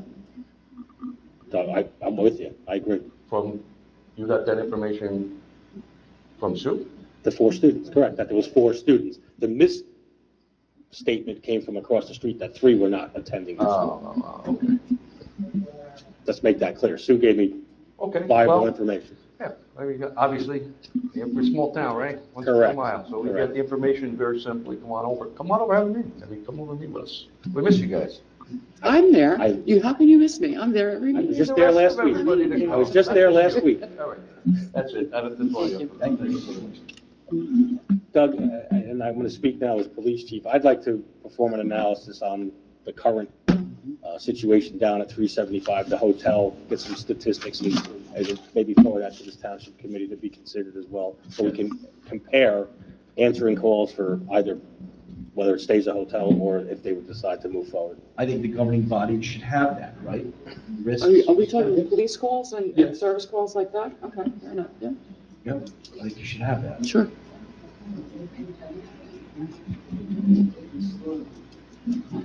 Hi, Diane Verhassel. I just have a concern. You're talking about this lump sum of money, and if needed, the town can give some of it to the school. Is that what you had said? Right? Am I hearing that right? I hate to be paraphrased, but what I'm saying is, you could enter into a formal agreement that says, when certain things happen, checks automatically get cut from the municipality to the Board of Education. If certain triggering events happen, if we add more than X number of children to the school system, as a result of Project Y or Project X, Y, and Z, and the way that the number will be calculated will be based on the cost per student, based on the following analysis, because the cost per student can go up every year, right? So maybe that won't happen for 5 years.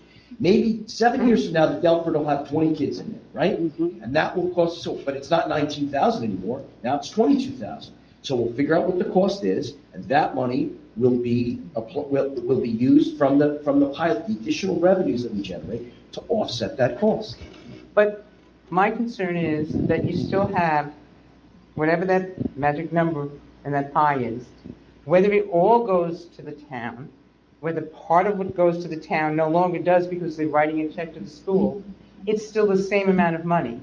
You're not getting more to help the school. So in the end, it doesn't matter what that magic number is. We have to pay county taxes. That's a requirement. I know that. And what's left, whether it's all goes to the township or they say, oh, this year we have to write a check to the school, you're not getting any more money. It still comes off the taxpayers. No. Why not? Who's going to pay the difference? You're winding up with more tax revenues than you had before you started the project. Well, I mean, we can go year by year. You're going to wind up with more net revenues starting from year 1 or year 2. Tim, you want to go through what those additional net revenues are? I'm also concerned that the fact that you got an incorrect number from the Delford on children, which they have to believe can be checked very accurately. And earlier you had talked about how a percentage of their profit, that's where that certain amount comes from, we're going to trust them on that. We do audits. Our auditor. Yeah. So Our our auditor audits, their looks at pro- all Which their. we've done with the storage units so far. Yep. They have to file an audit every year. and Correct. The independent certified accountant has to certify to. When I- what they make in money. So the fact that they made all this money when they sold the storage unit, I think that was asked, did we get more money? No, we'll get revenue from the revenue that they generate from the units. But they sold rent the every year. storage unit. The storage unit owner remained constant. And what Mrs. Verhassel is saying is, Business A had owned the property in the building and then sold it to the current owner. We wouldn't get that profit No, we don't get that. unless written into an agreement, which There's, is not going to I don't think the happen. statute allows it. Correct. I don't So think the statute. if the Delphi gets sold, what happens to the change in? Pilot remains. The pilot remains. Why with the program? Now, those are rental units across the street. So the numbers are based on the current people now renting. Okay, 3 months from now, possibly, those people leave and more people come in. So, yes, I guess the people with those 4 kids could leave, but it could also shoot up, It can. okay? Rochelle Park has an excellent reputation for how they take care of special ed kids.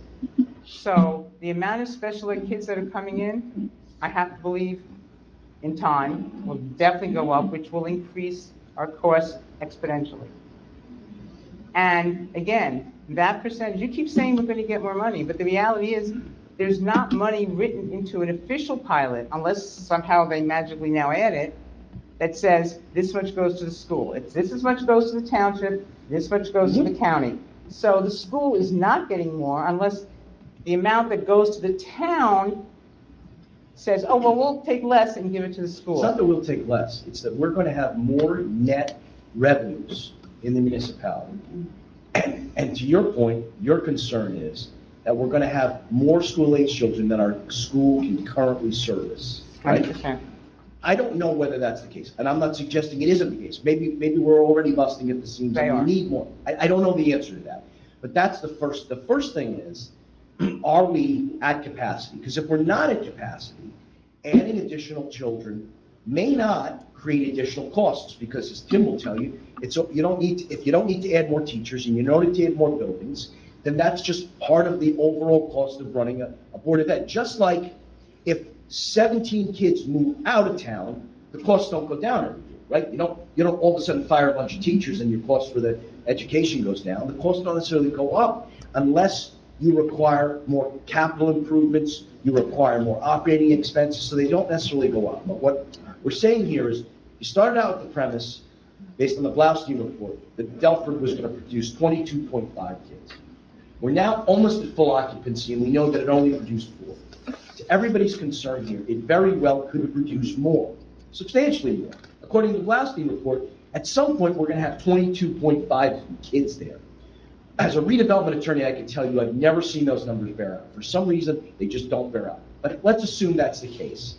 If it turns out that there's some number, either where we would be if we add these 4 now, or where we would be if you did this Ramada project, that is going to cost the school board more money, we can enter into an agreement that provides that the additional revenues that we are going to generate from this project pursuant to a pilot could be contributed to the school board every year based on an additional per student cost. Or more simply, if you wanted to, you could just agree upon a percentage or a number now, if you wanted to. You could just say X amount is going to the. All of this is negotiation, you're talking about. It's all a So this is just all negotiation. Right, to make sure that the school board and our existing children don't get hurt.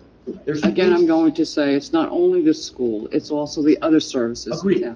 As the chief just said about analysis. Right, exactly. Do we need 2 more, do we need 2 more police officers? Agreed. I think No, you're. Ramon is leaving. I actually agree with Ms. Bonifaz. What is And it? that's why I want to show the stats. I actually think the current situation is something it's time to look at. And I think a residential, you know what, I could give you what we answered at the Delford calls for service versus what we've answered to Ramada, and is a stark difference. And it's not in the favor of that property down at the end of the The street. point is, I think that's all part of the analysis. So I think I'll get those numbers together and we'll move forward. But the point is, what I want people to understand is I think that there's a way we can alleviate fears and concerns about hurting our existing Board of Ed, our school children, the quality of our schools, because that's really important. We don't want to add things to the detriment of our schools. I think there's ways that we can negotiate that. We can negotiate these pilots to the extent that we want to even consider this project in a way that doesn't detriment but benefits the town, because that's what redevelopment is supposed to be. And if at the end of the day you like the project but you can't negotiate the right arrangement with the developer to make sure that we're protected, our Board of Ed is protected, our school-age children are protected, then you don't do the deal. Can I just, I don't know if there's an answer to this, but it's two different towns. Diane, can you just face the microphone? 'Cause Yeah, I that's can't why hear you, it's- I'm I sorry. can't hear. Yeah, I know. Something wrong, but go ahead. With the Ramada, which I know maybe not coming, where it's located, right by the Parkway exit, et cetera, Plaza exit. Thank you, Michaela. Sorry, Michaela. The Garden State Plaza, as we know, I know it's It's another all right. town, but they're putting that giant development in, right there. Paramus has also approved another development that's now going on Paramus Road, pretty much diagonal from the Ramada. Is there anything, traffic reports, even though it's two towns, et cetera, I mean, I just can't imagine those two giant developments and something in the Ramada, and everybody possibly going to work at the same, I mean, Paramus Road will be just shut down. Do they take any of So that? those are all controlled, I'm gonna let the chief jump I'm in just here. curious if Those that's are all ever considered. controlled intersections. Well, listen, obviously it would go before the planning board, and traffic studies would be done and presented by our engineering firm versus the And a developer's lot- engineering firm. Yeah, there would be some concerns, but we would have to, see Because what they the control experts it say. in the holidays, the mall controls that light, and they want to empty the mall and get people in and out, I understand that. But it's our people, you got now traffic officially Paramus, but people are online from 2:30 on till about 7 to get onto the Parkway. So it's only going to get worse. I'm just considering, I don't live right there, So but I don't want to get into legal, but what I was telling you as somebody that makes presentation before planning board, the analysis is what's there now, the traffic counts, AM, PM, peak, Q, right? So a lot of those people in those hotels are leaving at the exact same time that everybody's commuting to work, because those people are only staying overnight. Those people aren't likely here to visit Paramus and go to the mall. they're probably leaving after the traffic. Right, well, sometimes they're, they're accountants that flew in, they're professionals that flew in, so that's the analysis. Oh, they're professionals, all right. Not in the Ramada, no. Thank you, Yeah. Mrs. But Rahassa. anyway, Thank you. No, I just have some things to point out. One thing I Just want, say your name, Linda sir. Boniface, 33 Parkway. One thing I want more out of this town, and I've wanted it for the past 6 years, is that Ramada Inn. It's a haven for drug dealers, prostitution, Section 8, who are then going over to ShopRite and robbing the store.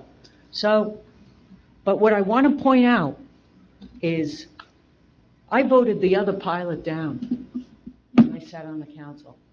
But there was a lot of stuff that was behind that, and I want to point that out up here. First of all, the two developers who want to develop here, don't get involved in the town politics, because the developer from across the street dropped 2 mailers right before Election Day with 2 lies, that there was an agreement for the kids going to school and that we were taking the pond over, when they were told no. The other thing is, look at how this is going to affect our infrastructure, because the taxpayers of Rochelle Park paid to upgrade the sewer for that project, when the developer should have paid for it. No, you all paid for it.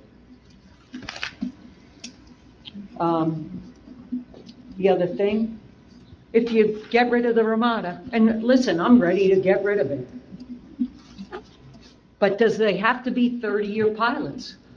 And to compare Rochelle Park to Jersey City, 286,000 people there. And I believe Mayor Phillips stopped all pilots in the town. So you can check into that. But I remember him doing that because they were getting overwhelmed with them. Rochelle Park's ripe for the taking, but we've had developers come in town here and build without a pilot. Oak Street, Terrace Ave. Same developer. So You go are all between a rock and a hard place, because this town hates pilots. And probably because they were soured so bad across the street. But I gotta go. I gotta go to work. Shutting the lever on the bridge. Thank you, everyone. I know. Thank you. Anybody else from the public?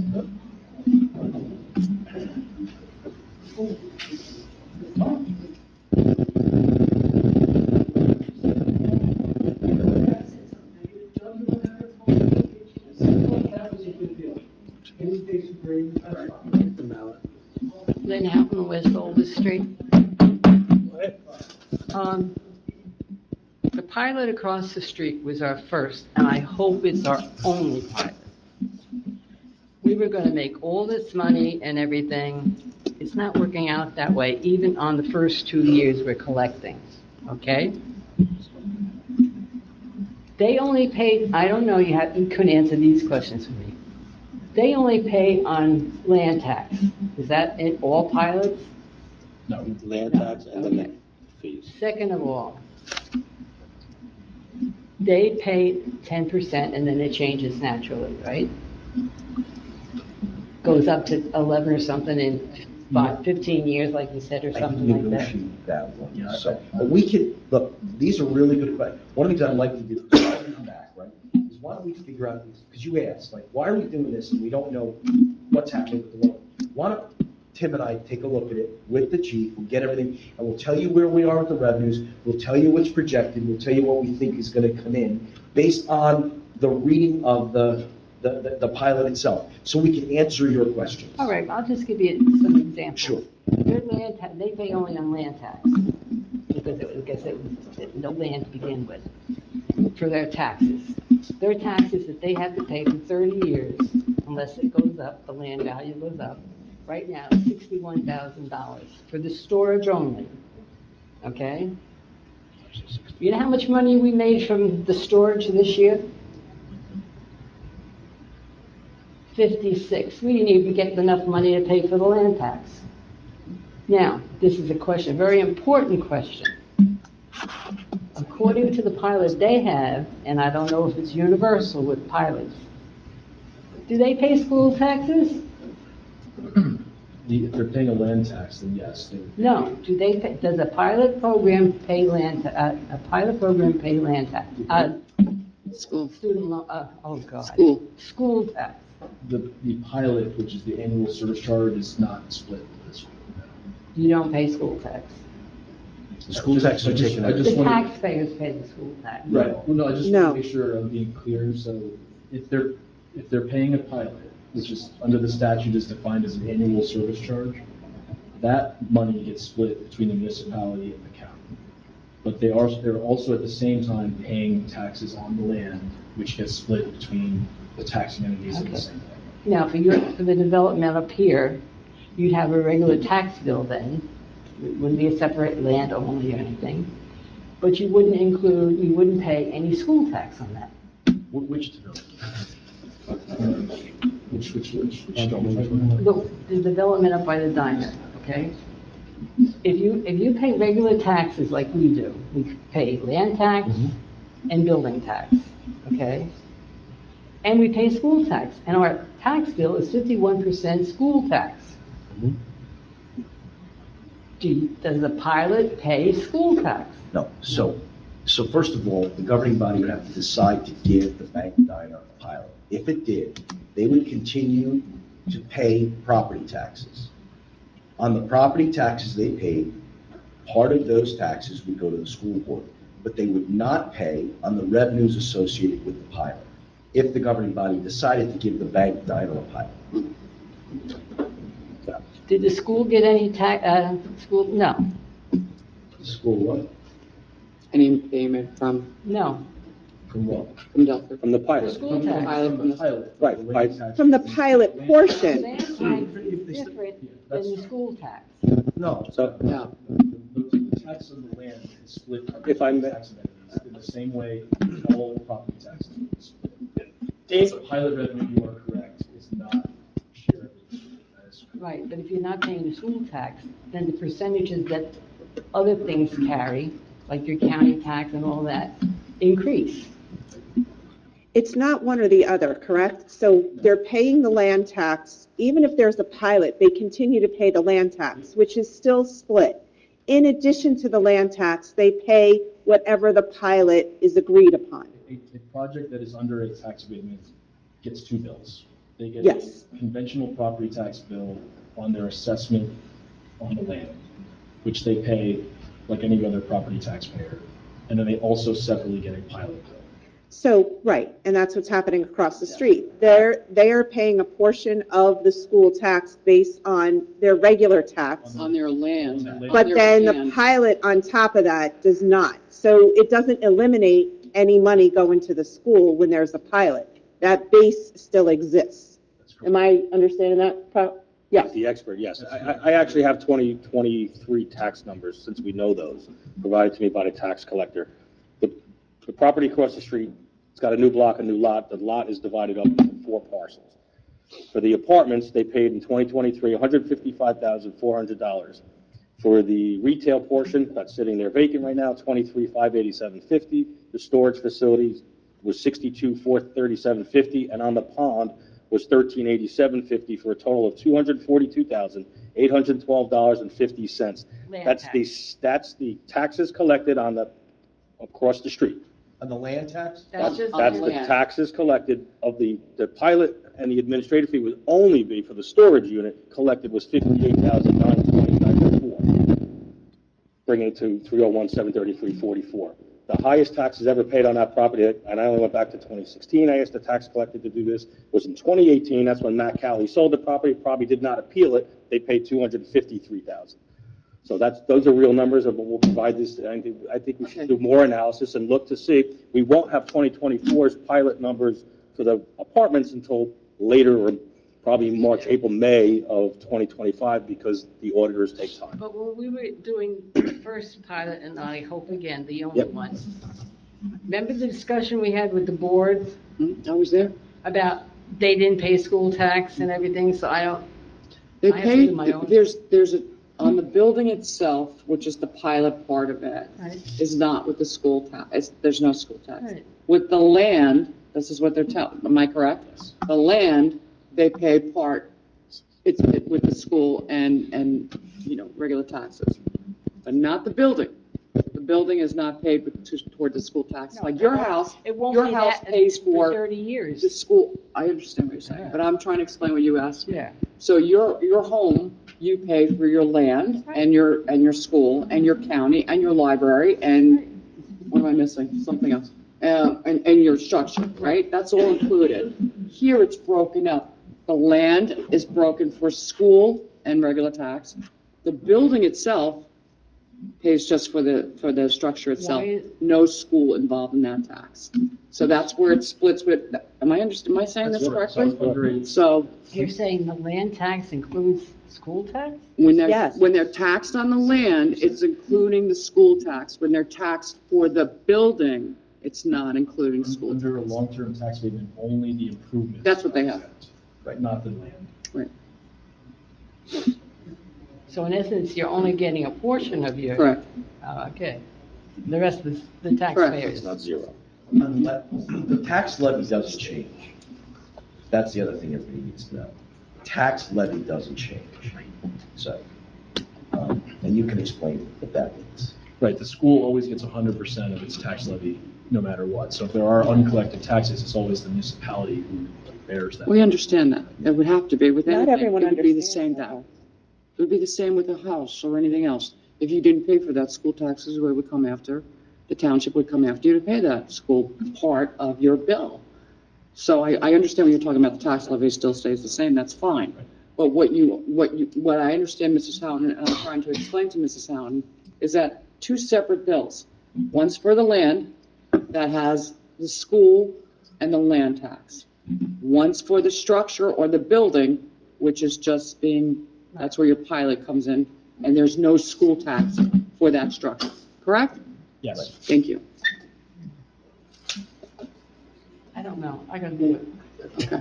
Let me do more research. This time, nobody else has come up, motion to close this part. Motion. Second. Sorry. Yes. I'm Sid Kaduski, 6 Lincoln Avenue, Rochelle Park. I got a couple of questions. I'll try to talk fast. One is, can we get a copy of those documents? It seems like there's a lot of numbers that went spinning by. I think it's good for the public to get a hold of that before we make a decision. Second thing is, in preparing your information on the pilot, did you review at all the situation with 120, the building across the street? And are there any things that you would take to learn from our mistakes with the 120 building? What specifically are you referring to in terms of mistakes? I don't know. We have an ongoing discussion about, to be fair, I don't know where it stands, about where the parking revenues go.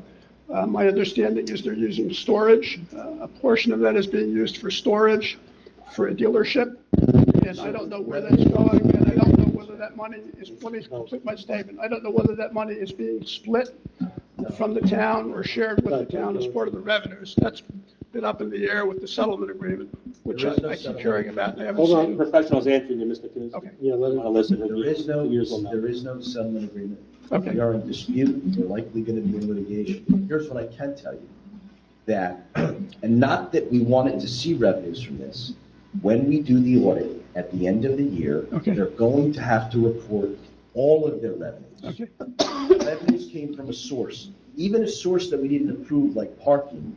It will ultimately be a source of revenue, Tim's going to correct me if I'm wrong here, for which it will get, for which we will get a percentage of that. So if in fact it turned out he made more money than he would have not parking it, we're going to get the benefit of that. Okay. Okay?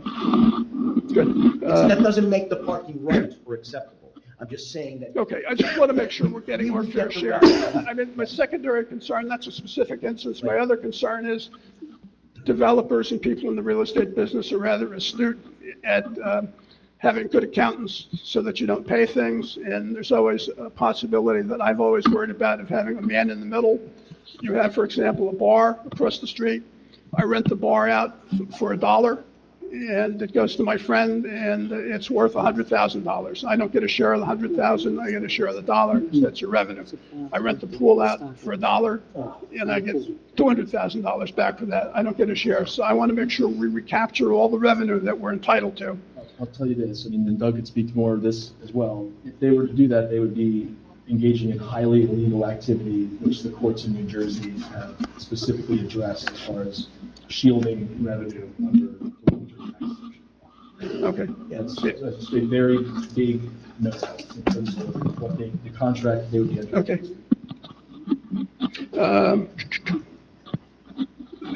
In preparing your bank diner, moving on to the bank diner, preparing your bank diner research, did you speak to the developer of the project at all?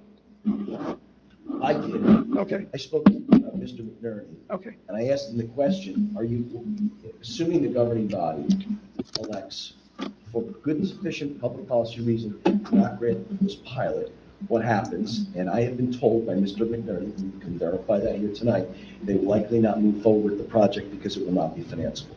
Okay. Question I've got specifically is the last time, or to the best of my recollection, I believe the developer stated, I think it was maybe in 2022, they said that they did not need a pilot to build, and they would be building by, quote, the spring. My question would be, has anybody asked the developer the question, what specifically has changed that you did not need a pilot and now you do need one? I think that would help the township in focusing in on your decision. You would be able to focus in on the specific cost elements. It's a question I probably should have asked. I didn't.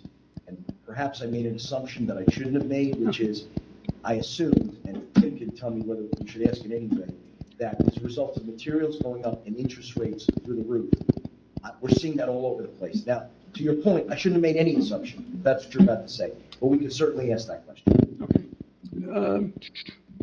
Land building, just a quick comment. I think I hear what all of you say, but I also hear what the residents mean, and I think the residents mean correctly, although you are giving a technical legal answer. You're stating that the school is getting its share of taxes, but those are of the land taxes. I think what you're not saying, and the unstated question is, there's a split between land and building. And if we, for example, assume that the building across the street is, say, a $44 million project, and you say that there's $4 million in land, what's coming out of the land tax and goes to the schools on the $4 million. And I think what the residents are saying as well, what would the tax be on a $40 million building versus what we're receiving on the pilot payment? The pilot payment is, quote, the other portion. So we're taking out the land part, and basically we have the building, and I think the residents really mean to say, the building is worth, say, $40 million, what would I pay on tax on that? Let's say if it was, a $40 million building, let's say it's 2%, maybe they ought to be paying $800,000 versus the pilot. It never gets. I know, but I think I hear your point, but I think it's disingenuous to have people come up and have them be told, well, you're paying tax, you're paying the school tax, but you're only paying it on the land. I mean, be honest and say there's a land building split, and you're not paying for the building, because that's a pilot payment. So, all I'm saying is give them an honest number. I understand that. I mean, you're accurate. There are something in the school, which is the conventional taxes due. Okay. Not, you're correct, they're not paying the conventional tax rate on the assessment. Okay, that's great. Thank you, Raphael, one last question. That's all I've got. Done? Did I do 3 minutes today, or was I? Well, everything's done. We didn't keep track. Okay. We didn't keep track. All right.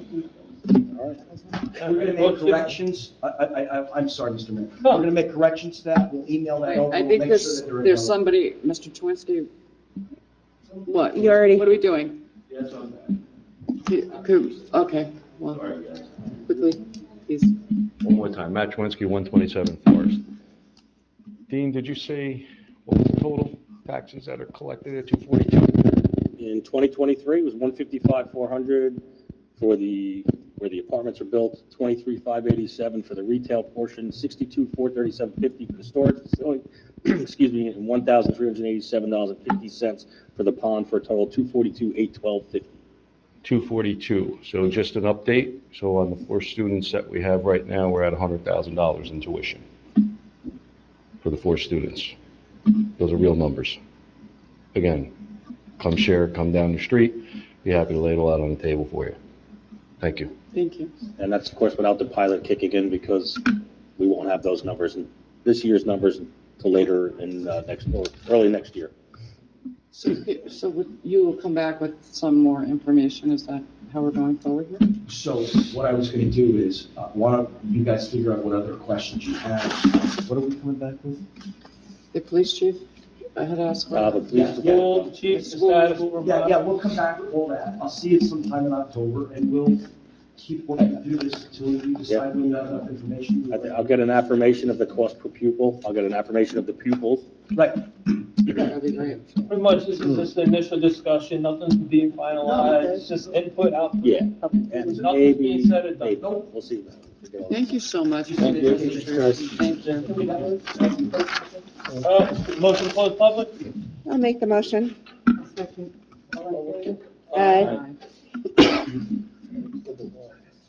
The Rochelle Avenue corridor discussion? Mark, you want to hear? Yes, Teresa, for the public's benefit, I had sent around the most recent revised version of the shared services agreement that we received from the county.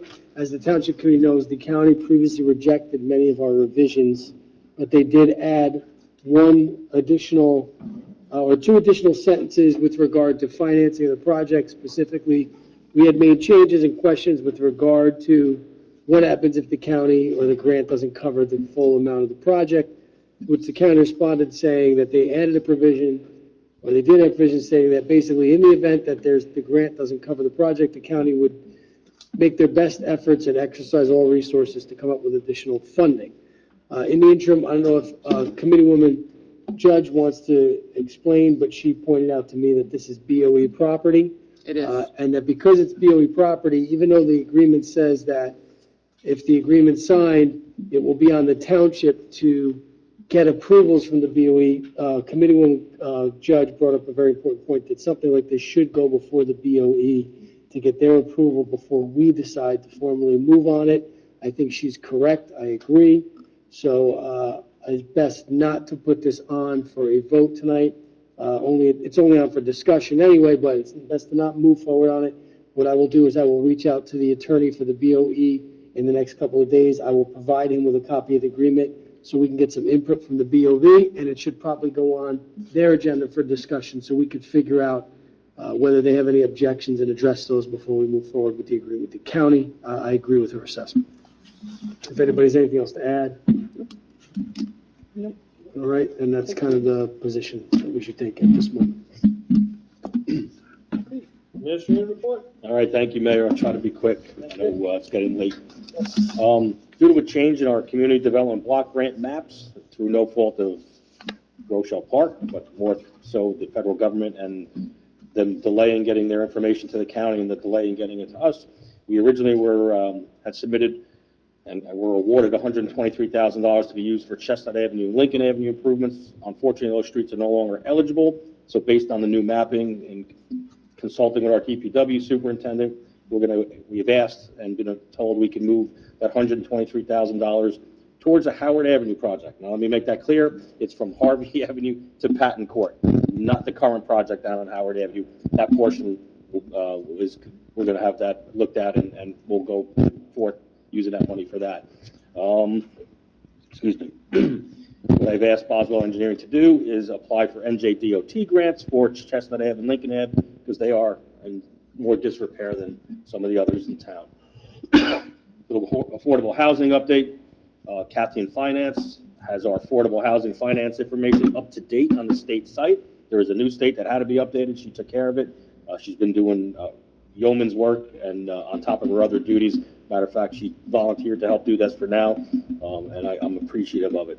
With the new changes to the law, the township's best served with a housing subcommittee. At least that's going to be my recommendation to you folks, maybe consisting of the mayor, a community member, some township staff, and professionals such as our planner and our affordable housing attorney. It's important that we have this because going forward, there's going to be many changes to the law. Do not ask me to explain them to you at this time. They're difficult to navigate, and that's why I think a subcommittee would be best to make sure that we're all doing the right thing on behalf of the township. I have been working with John Barry of Higher Rule. He's been extremely helpful, and basically he's looked at, and it's a good thing. Our collective development fees and interest have increased to the point where we'll be able to use the trust fund money towards professional fees, and but we do have to wait till next year due to an over expenditure a couple of years ago by the township, several years ago by the township, and we'll put some things in place to make sure that never happens again. Some of that money may be eligible to be used towards an improvement to the pump station, and I await confirmation of that, and we'll have to, Mr. Barry will help us make sure, if that's the case, that we can do that. But again, that account's been frozen for a little bit. Carlock Field, tonight it's on your agenda to approve the job going out to bid. I just want to let you know I've taken some cost savings measures that'll help reduce the overall cost of the project. Namely, I ordered the pavilion and spray park jets through state co-op, saving the township about a 20% markup from contractor costs and about a 5% state co-op reduction or discount as well. On the amount of material, that's about a $20,000 savings. Also understand that about 90% of that project's covered under grant money. So I'm happy to help there, and I think the improvements to be made, which will be pavilion, the bocce ball courts, spray park, as well as other improvements to the the immediate area surrounding those improvements. Carlock Field's going to have a great new look, and we hope to have it done by Memorial Day of next year. A new phone system was installed here in Town Hall. We switched to Broad Voice from Mitel. Mitel kept raising their rates and pretty much told us they were going to triple the rates, and so we got out of that contract. Broad Voice offers a very nice technology, very similar to Mitel, if not better. There's more capabilities. Don't even ask me how to do some of the stuff, but it does. I can pick up the phone and talk to people, so that's good. It saves about $300 to $500 a month on that switch. Working with Lieutenant Kenny Stapleton, we're also going to switch our IT provider here in Town Hall. We pay a cable company a lot of money, and I'm able to get Verizon in here at an extreme discount, and we'll be using fiber optic service. The building already had wiring run several years ago, so we should be good to go there. Right now, we're seeing some drop in internet, which obviously when you have internet-based phones, it doesn't work too well. So looking forward to that. That installation should take place within the next couple of weeks.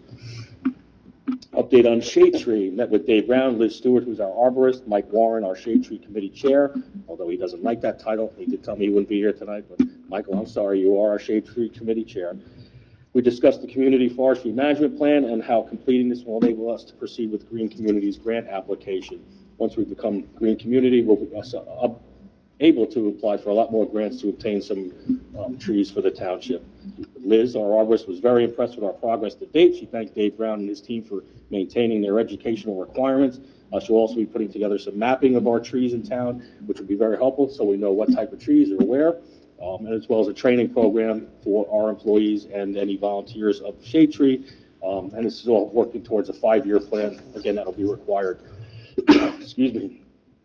Committee Woman Cravella, who happened to be in the building, I asked her to stop in because she was in the building. I think we found the meeting to be pretty good. There was some good things took place.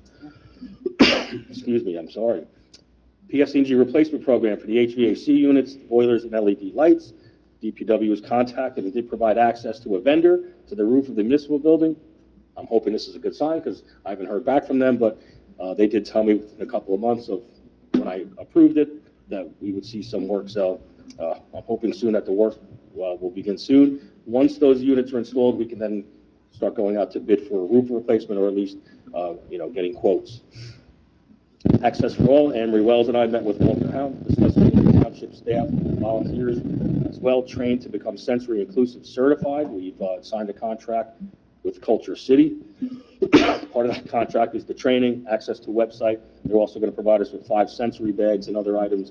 Again, all good stuff that we can start using our access for on all of our township events.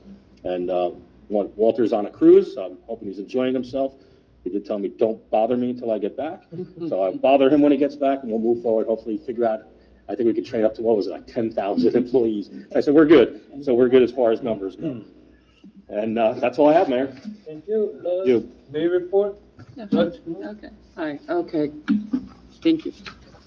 So tomorrow's the senior meeting at September 26th. There will be a meeting at 1 p.m. It will be also tomorrow is the free flu clinic from 10 a.m. to 12 p.m. for the seniors, disabled employees. I did ask at the last meeting if anybody could reach out to Michaela, but they will accept walk-ins. I'm pretty sure at this point they're probably going to get anything but walk-ins at this point. We hope so. I'm sorry? I said we hope we get some walk-ins. Yeah, okay. Well, it's being, it's done by the Bergen County Health Department, and it's being sponsored by Invictus this year. Yes. Correct? Okay. So also, let me go back here. The school, which I did state earlier. So the school started on September 5th, and over the summer there was a re-registration. And when it was done and it finished up, there were 6 students that were disenrolled. So in other words, they should not have been in the district. And then from July through the end of August, there was 47 new student registrations, 37 at Middleland School, 10 at Hackensack High School. The new roof was completed over the gym area, and a new gym floor should be completed in approximately 2 weeks. The school has a new website and a new app, which contains, for example, notifications for inclement weather and if the school will be open or delayed opening. So I did meet with Shade Tree. I was very thankful to be in there because it was really interesting. And one of the questions, I was able to attend that meeting. One of the topics that was discussed by Mike Warren was a community garden. So I spoke with several different people about setting it up and possible locations. And potentially we have one area that's actually a garden already. Hasn't been used in a while. It's within a place in town. I did speak to the head person there, and we're going to work out maybe with some logistics. The chief, Mr. Warren, Mr. Miller, and I, we will help with everything that has to be done. It has to be cleaned out a little bit, but it would be given the opportunity for anybody in the community to maybe get a little plot area if they want to plant tomatoes or cucumbers or something, flowers. And if they're in an apartment and they don't have space to do it, this may be able to help reach out and I mean, some people like gardening. It might be funny to some, but I happen to like gardening, and as far as I'm concerned, I like a little area. So we're going to see if we can work on that. And that turned out to be well. Now, we have Dave Brown with the DPW. I see Dave. I see you. They located a partial collapsed sewer at the end of El Dorado and brought in contractors for quotes and had the broken section removed and replaced. I think that was 2 weeks ago. You did that a week ago or so, right? And Dave, while doing that, I'm sorry, Committeewoman, you also found a partially collapsed storm drain, right? Yeah, I did put that in, but yes, part of the stormwater system was on top of the sewer pipe, and, I mean, I can only guess, that when that building was paved and everything, that the heavy machines made the jobs on the pipe and roll over. They were, usually down into the system, saw it break, and then, Had to repair it. Yeah, you had to repair it. It's a great job there. Also, a manhole repaired on the corner of Rochelle Avenue and Passaic Street. The street sweeper has been out for 18 hours so far this month. And I guess I saw them today, so I don't know if that number's included in it. The lightning detector system has been serviced and repaired. The town shredding event is being held on Saturday, this Saturday, the 28th, from 9 a.m. to 1 p.m. That's still on here, Mary, right? Okay. Yeah, rain or shine. Rain or shine. Great, thank you. Let's see, they finished all trimming of the trees and towns on all the street. In the coming weeks, we'll remove some trees that were dead, diseased, or infested. Homeowners at that location will be notified prior to the removal. The maintenance program for the storm drains is still going on, and they started on the south side of town now. So you've worked your way over to the south side with storm drains. They've completed a search for a new employee of DPW. You received 67 applications for the DPW position. 17 of those applications were brought in for interviews, and 6 were moved into the second round. And I would say congratulations, and he's thanking the committee for our support for getting a new DPW person, and that's coming from Dave Brown. It's on the agenda tonight for our new guy, and I think when is he starting? Or did he start? I guess that means, resolution is pending his background check. So it'll be a little time, but hey, welcome, right? Also, I did attend the 9/11 ceremony that was given by the American Legion at the monument this year. And if I'm correct, the last time they had it at the monument, unfortunately, they tried to a few times, but it rained and we had to have it at the pavilion at the Legion. All 5 committee people were there. I can speak for myself and say it was a wonderful ceremony, wonderful dedication. The presentation by everybody that was there was terrific, and it was a beautiful day. It was absolutely almost the same kind of day that the day of the 9/11. So thank you to all that helped put it together, including the school put out the chairs for the people, and appreciate the American Legion of once again hosting it. And that's all I have for now. Thank you. Thank you. In August, the court issued 331 traffic tickets and handled 20 criminal complaints, resulting in a total court revenue of $12,597 for the month of August. As Dean mentioned, Access for All has partnered with Culture City, a nonprofit dedicated to sensory inclusivity, to train and certify town employees and volunteers in communicating with individuals with sensory needs. This initiative does include training, access to sensory items, and a speech communication application. So special shout out and thanks to Access for All Chairman Walter Houghton, who has done an excellent job in networking and pursuing this partnership. And I know with this opportunity, Rochelle Parks Access for All is excited to enhance both inclusivity and accessibility in our community. Access for All is looking for volunteers, so please fill out a volunteer application if you're interested and send it to Anne Marie Wells. A reminder. Oh, they're on the table right here. Yeah. Reminder, Rochelle Park is holding a shredding event in the municipal parking lot on Saturday, September 28th, from 9 a.m. to 1 p.m. I attended the Crafting an Effective Complete and Green Streets Policy webinar on September 17th, learning the process to create and adopt complete and green streets policies tailored to municipal needs, promoting safe, accessible, and environmentally friendly streets for all users. From September 15th to October 15th is Hispanic Heritage Month. During this time, we recognize and celebrate the rich cultures, contributions, and achievements of Hispanic people in our community and our nation.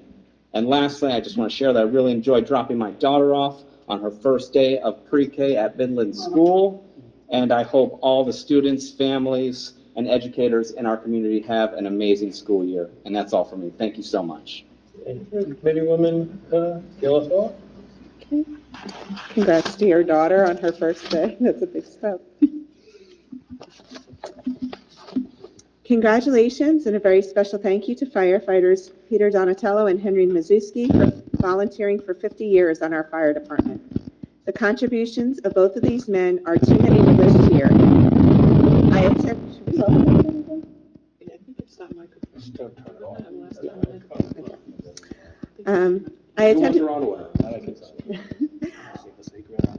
I attended their celebration and I had the privilege of presenting the plaque to Henry. As I did, I had shared that just a few weeks before I ran into Henry in the park. He said that he was so proud of being part of something bigger than himself. That sums up the true heart of a volunteer.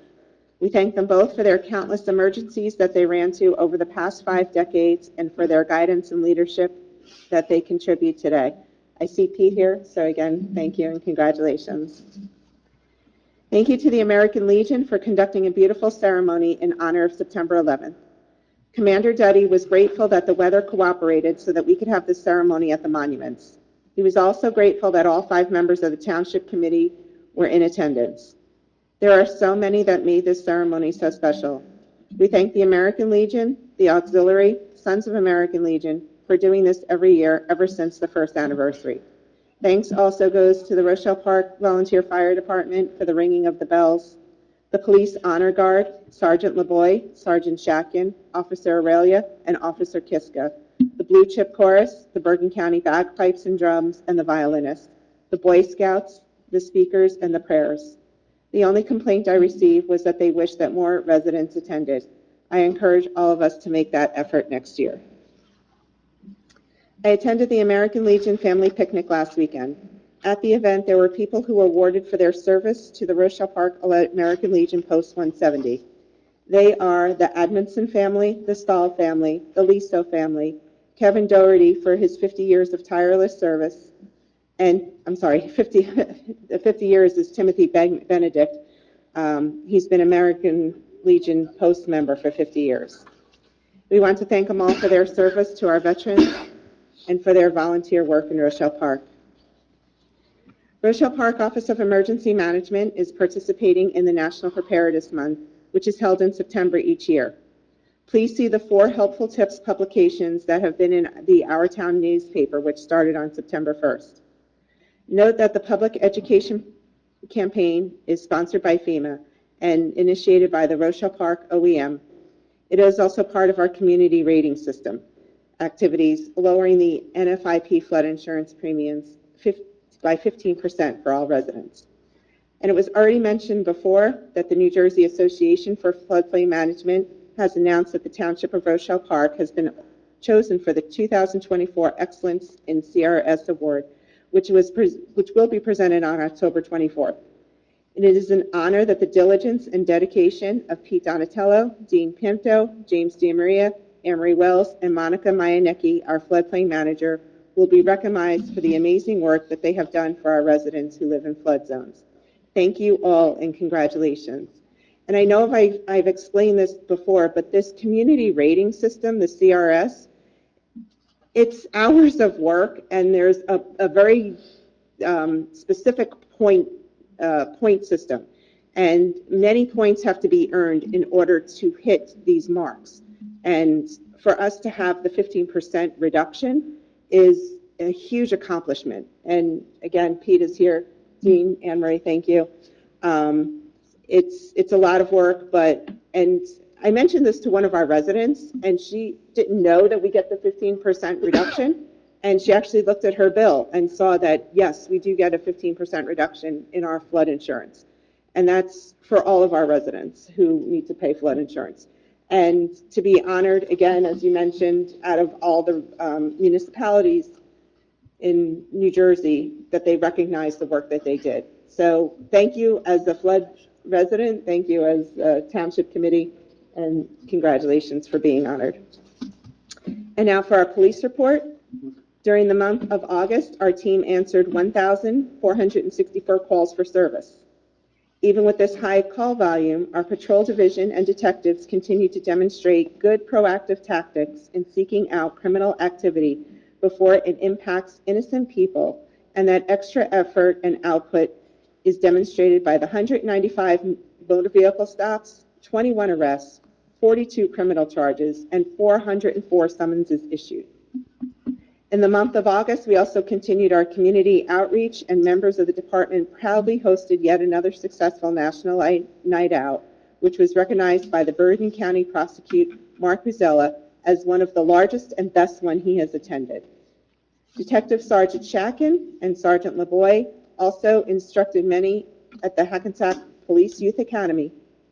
We are currently working on our second annual bike rodeo on October 12th, and our new community outreach program, Bagels with Blue, on October 19th.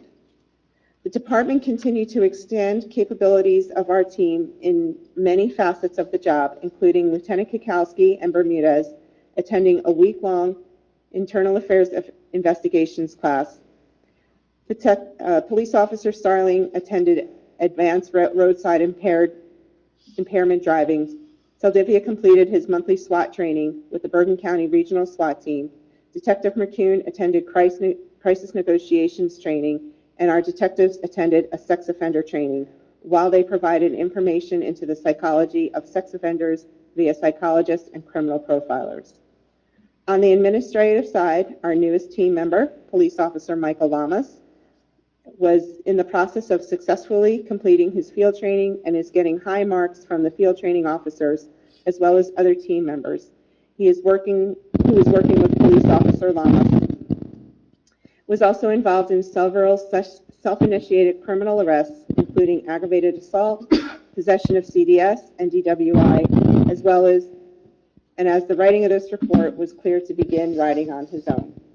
So just to highlight some of the numbers, there was 56 motor vehicle crashes, 195 motor vehicle stops, 84 calls for medical emergencies, and 13 fire department responses.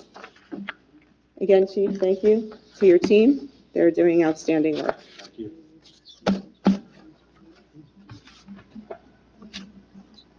I'm done.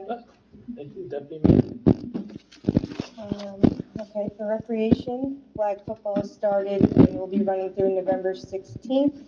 Fall ball also has started and will be running through October 30th. Ragamuffin Parade will be held on Saturday, October 26th, starting at 11:30. Lineup starts at 11 a.m. at Midland School, Williams Street parking lot. The activities will be held afterwards at Carlock Field. They will also be having a pumpkin decorating contest open to children ages pre-K through 5th grade. Decorated pumpkins need to be dropped off at Carlock Field before the contest to enter. And a thank you to ShopRite for donating pumpkins this year to Recreation for the Pumpkin Patch for children. Registration for Recreation basketball is expected to be open the middle of October. And then lastly, we've been receiving complaints of vandalism, bikes on Carlock Field, litter, misuse of the property of both Carlock and Matthews Field, and we're asking residents to please contact the police department if you witness any of this. That's all for me. Rochelle Park Fire Department responded to 21 calls in the month of August. Members logged a grand total of 572.2 man hours in the month of August. Members logged 531 hours on calls in a month. FD was dispatched to 176 Chestnut Street for a tree into the structure on arrival. Crews from SB1 investigated the foundation of the house Crews found no cracks in the foundation. FD was dispatched to 40 Foster Drive. A homeowner reported that he thought he smelled an odor of electrical burning on the second floor. He was searched with the TIC. No signs of smoke or fire was located.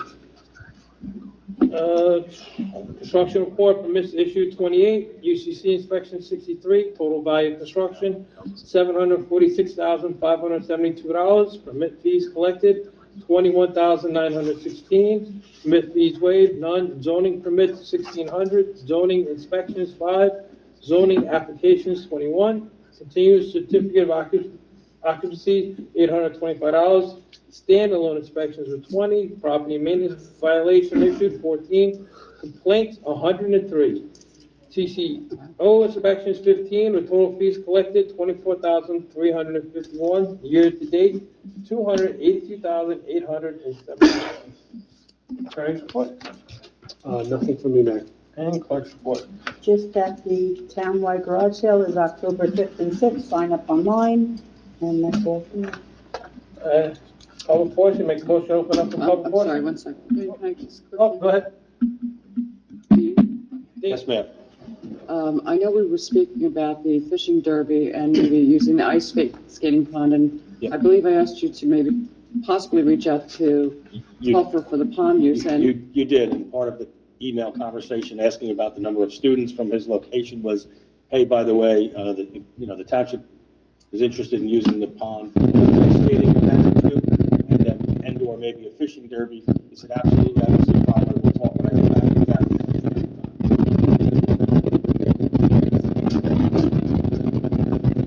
The ones are on order, best I could do. They're on order. Anybody want to make a motion to open public portion? I'll make the motion. Second. This time, roll call vote. All agenda items. All agenda items. All in favor? Aye. Anybody from the public?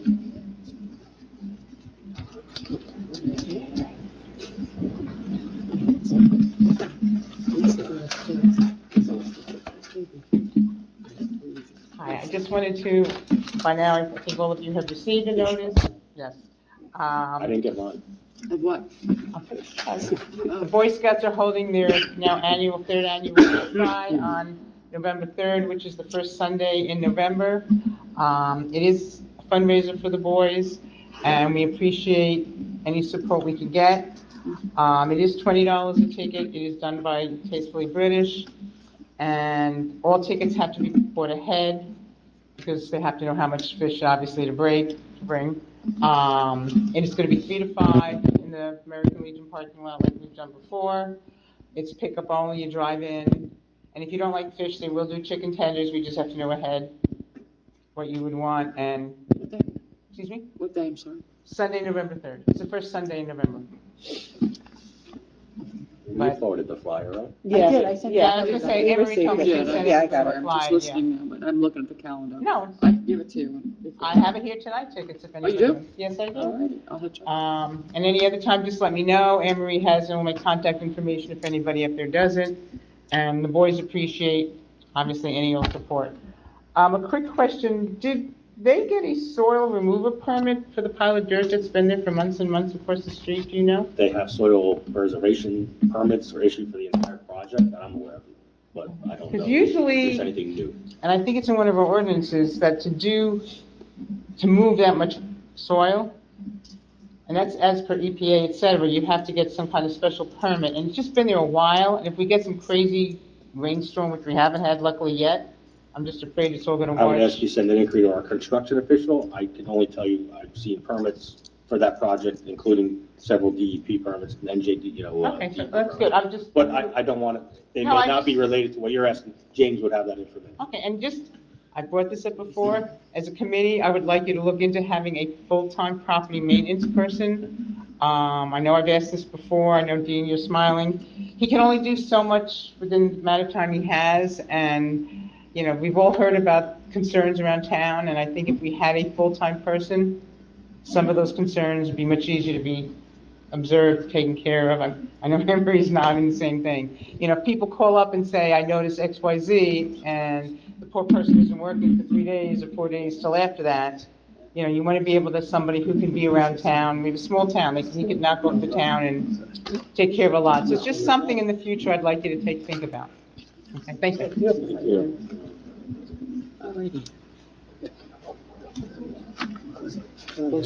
Nobody else? Motion to close public portion. I'll make the motion. I'll second. All in favor? Aye. All items listed below are considered to be routine and non-controversial by the Township Committee and will be approved by one motion. There will be no separate discussion of these items unless a committee member or citizen so requests, in which case the item will be removed from the consent agenda and considered in its normal sequence of the agenda as part of the general order. Next, for a motion for resolution number 024-170 through resolution number 024-184. I'll make the motion. Get a second? I'll second. Committeewoman Otola? Yes. Committeewoman Judge Covello? Yes. Committeeman Miller? Yes. Deputy Mayor Peachy? Yes. And Mayor Pacini? Yes. We already have closed section, so next meeting will be work session, October 9th, 2024, 5:30 PM. Ask for a motion to close. Make the motion. Second? I'll second. All in favor? Aye. We're adjourned.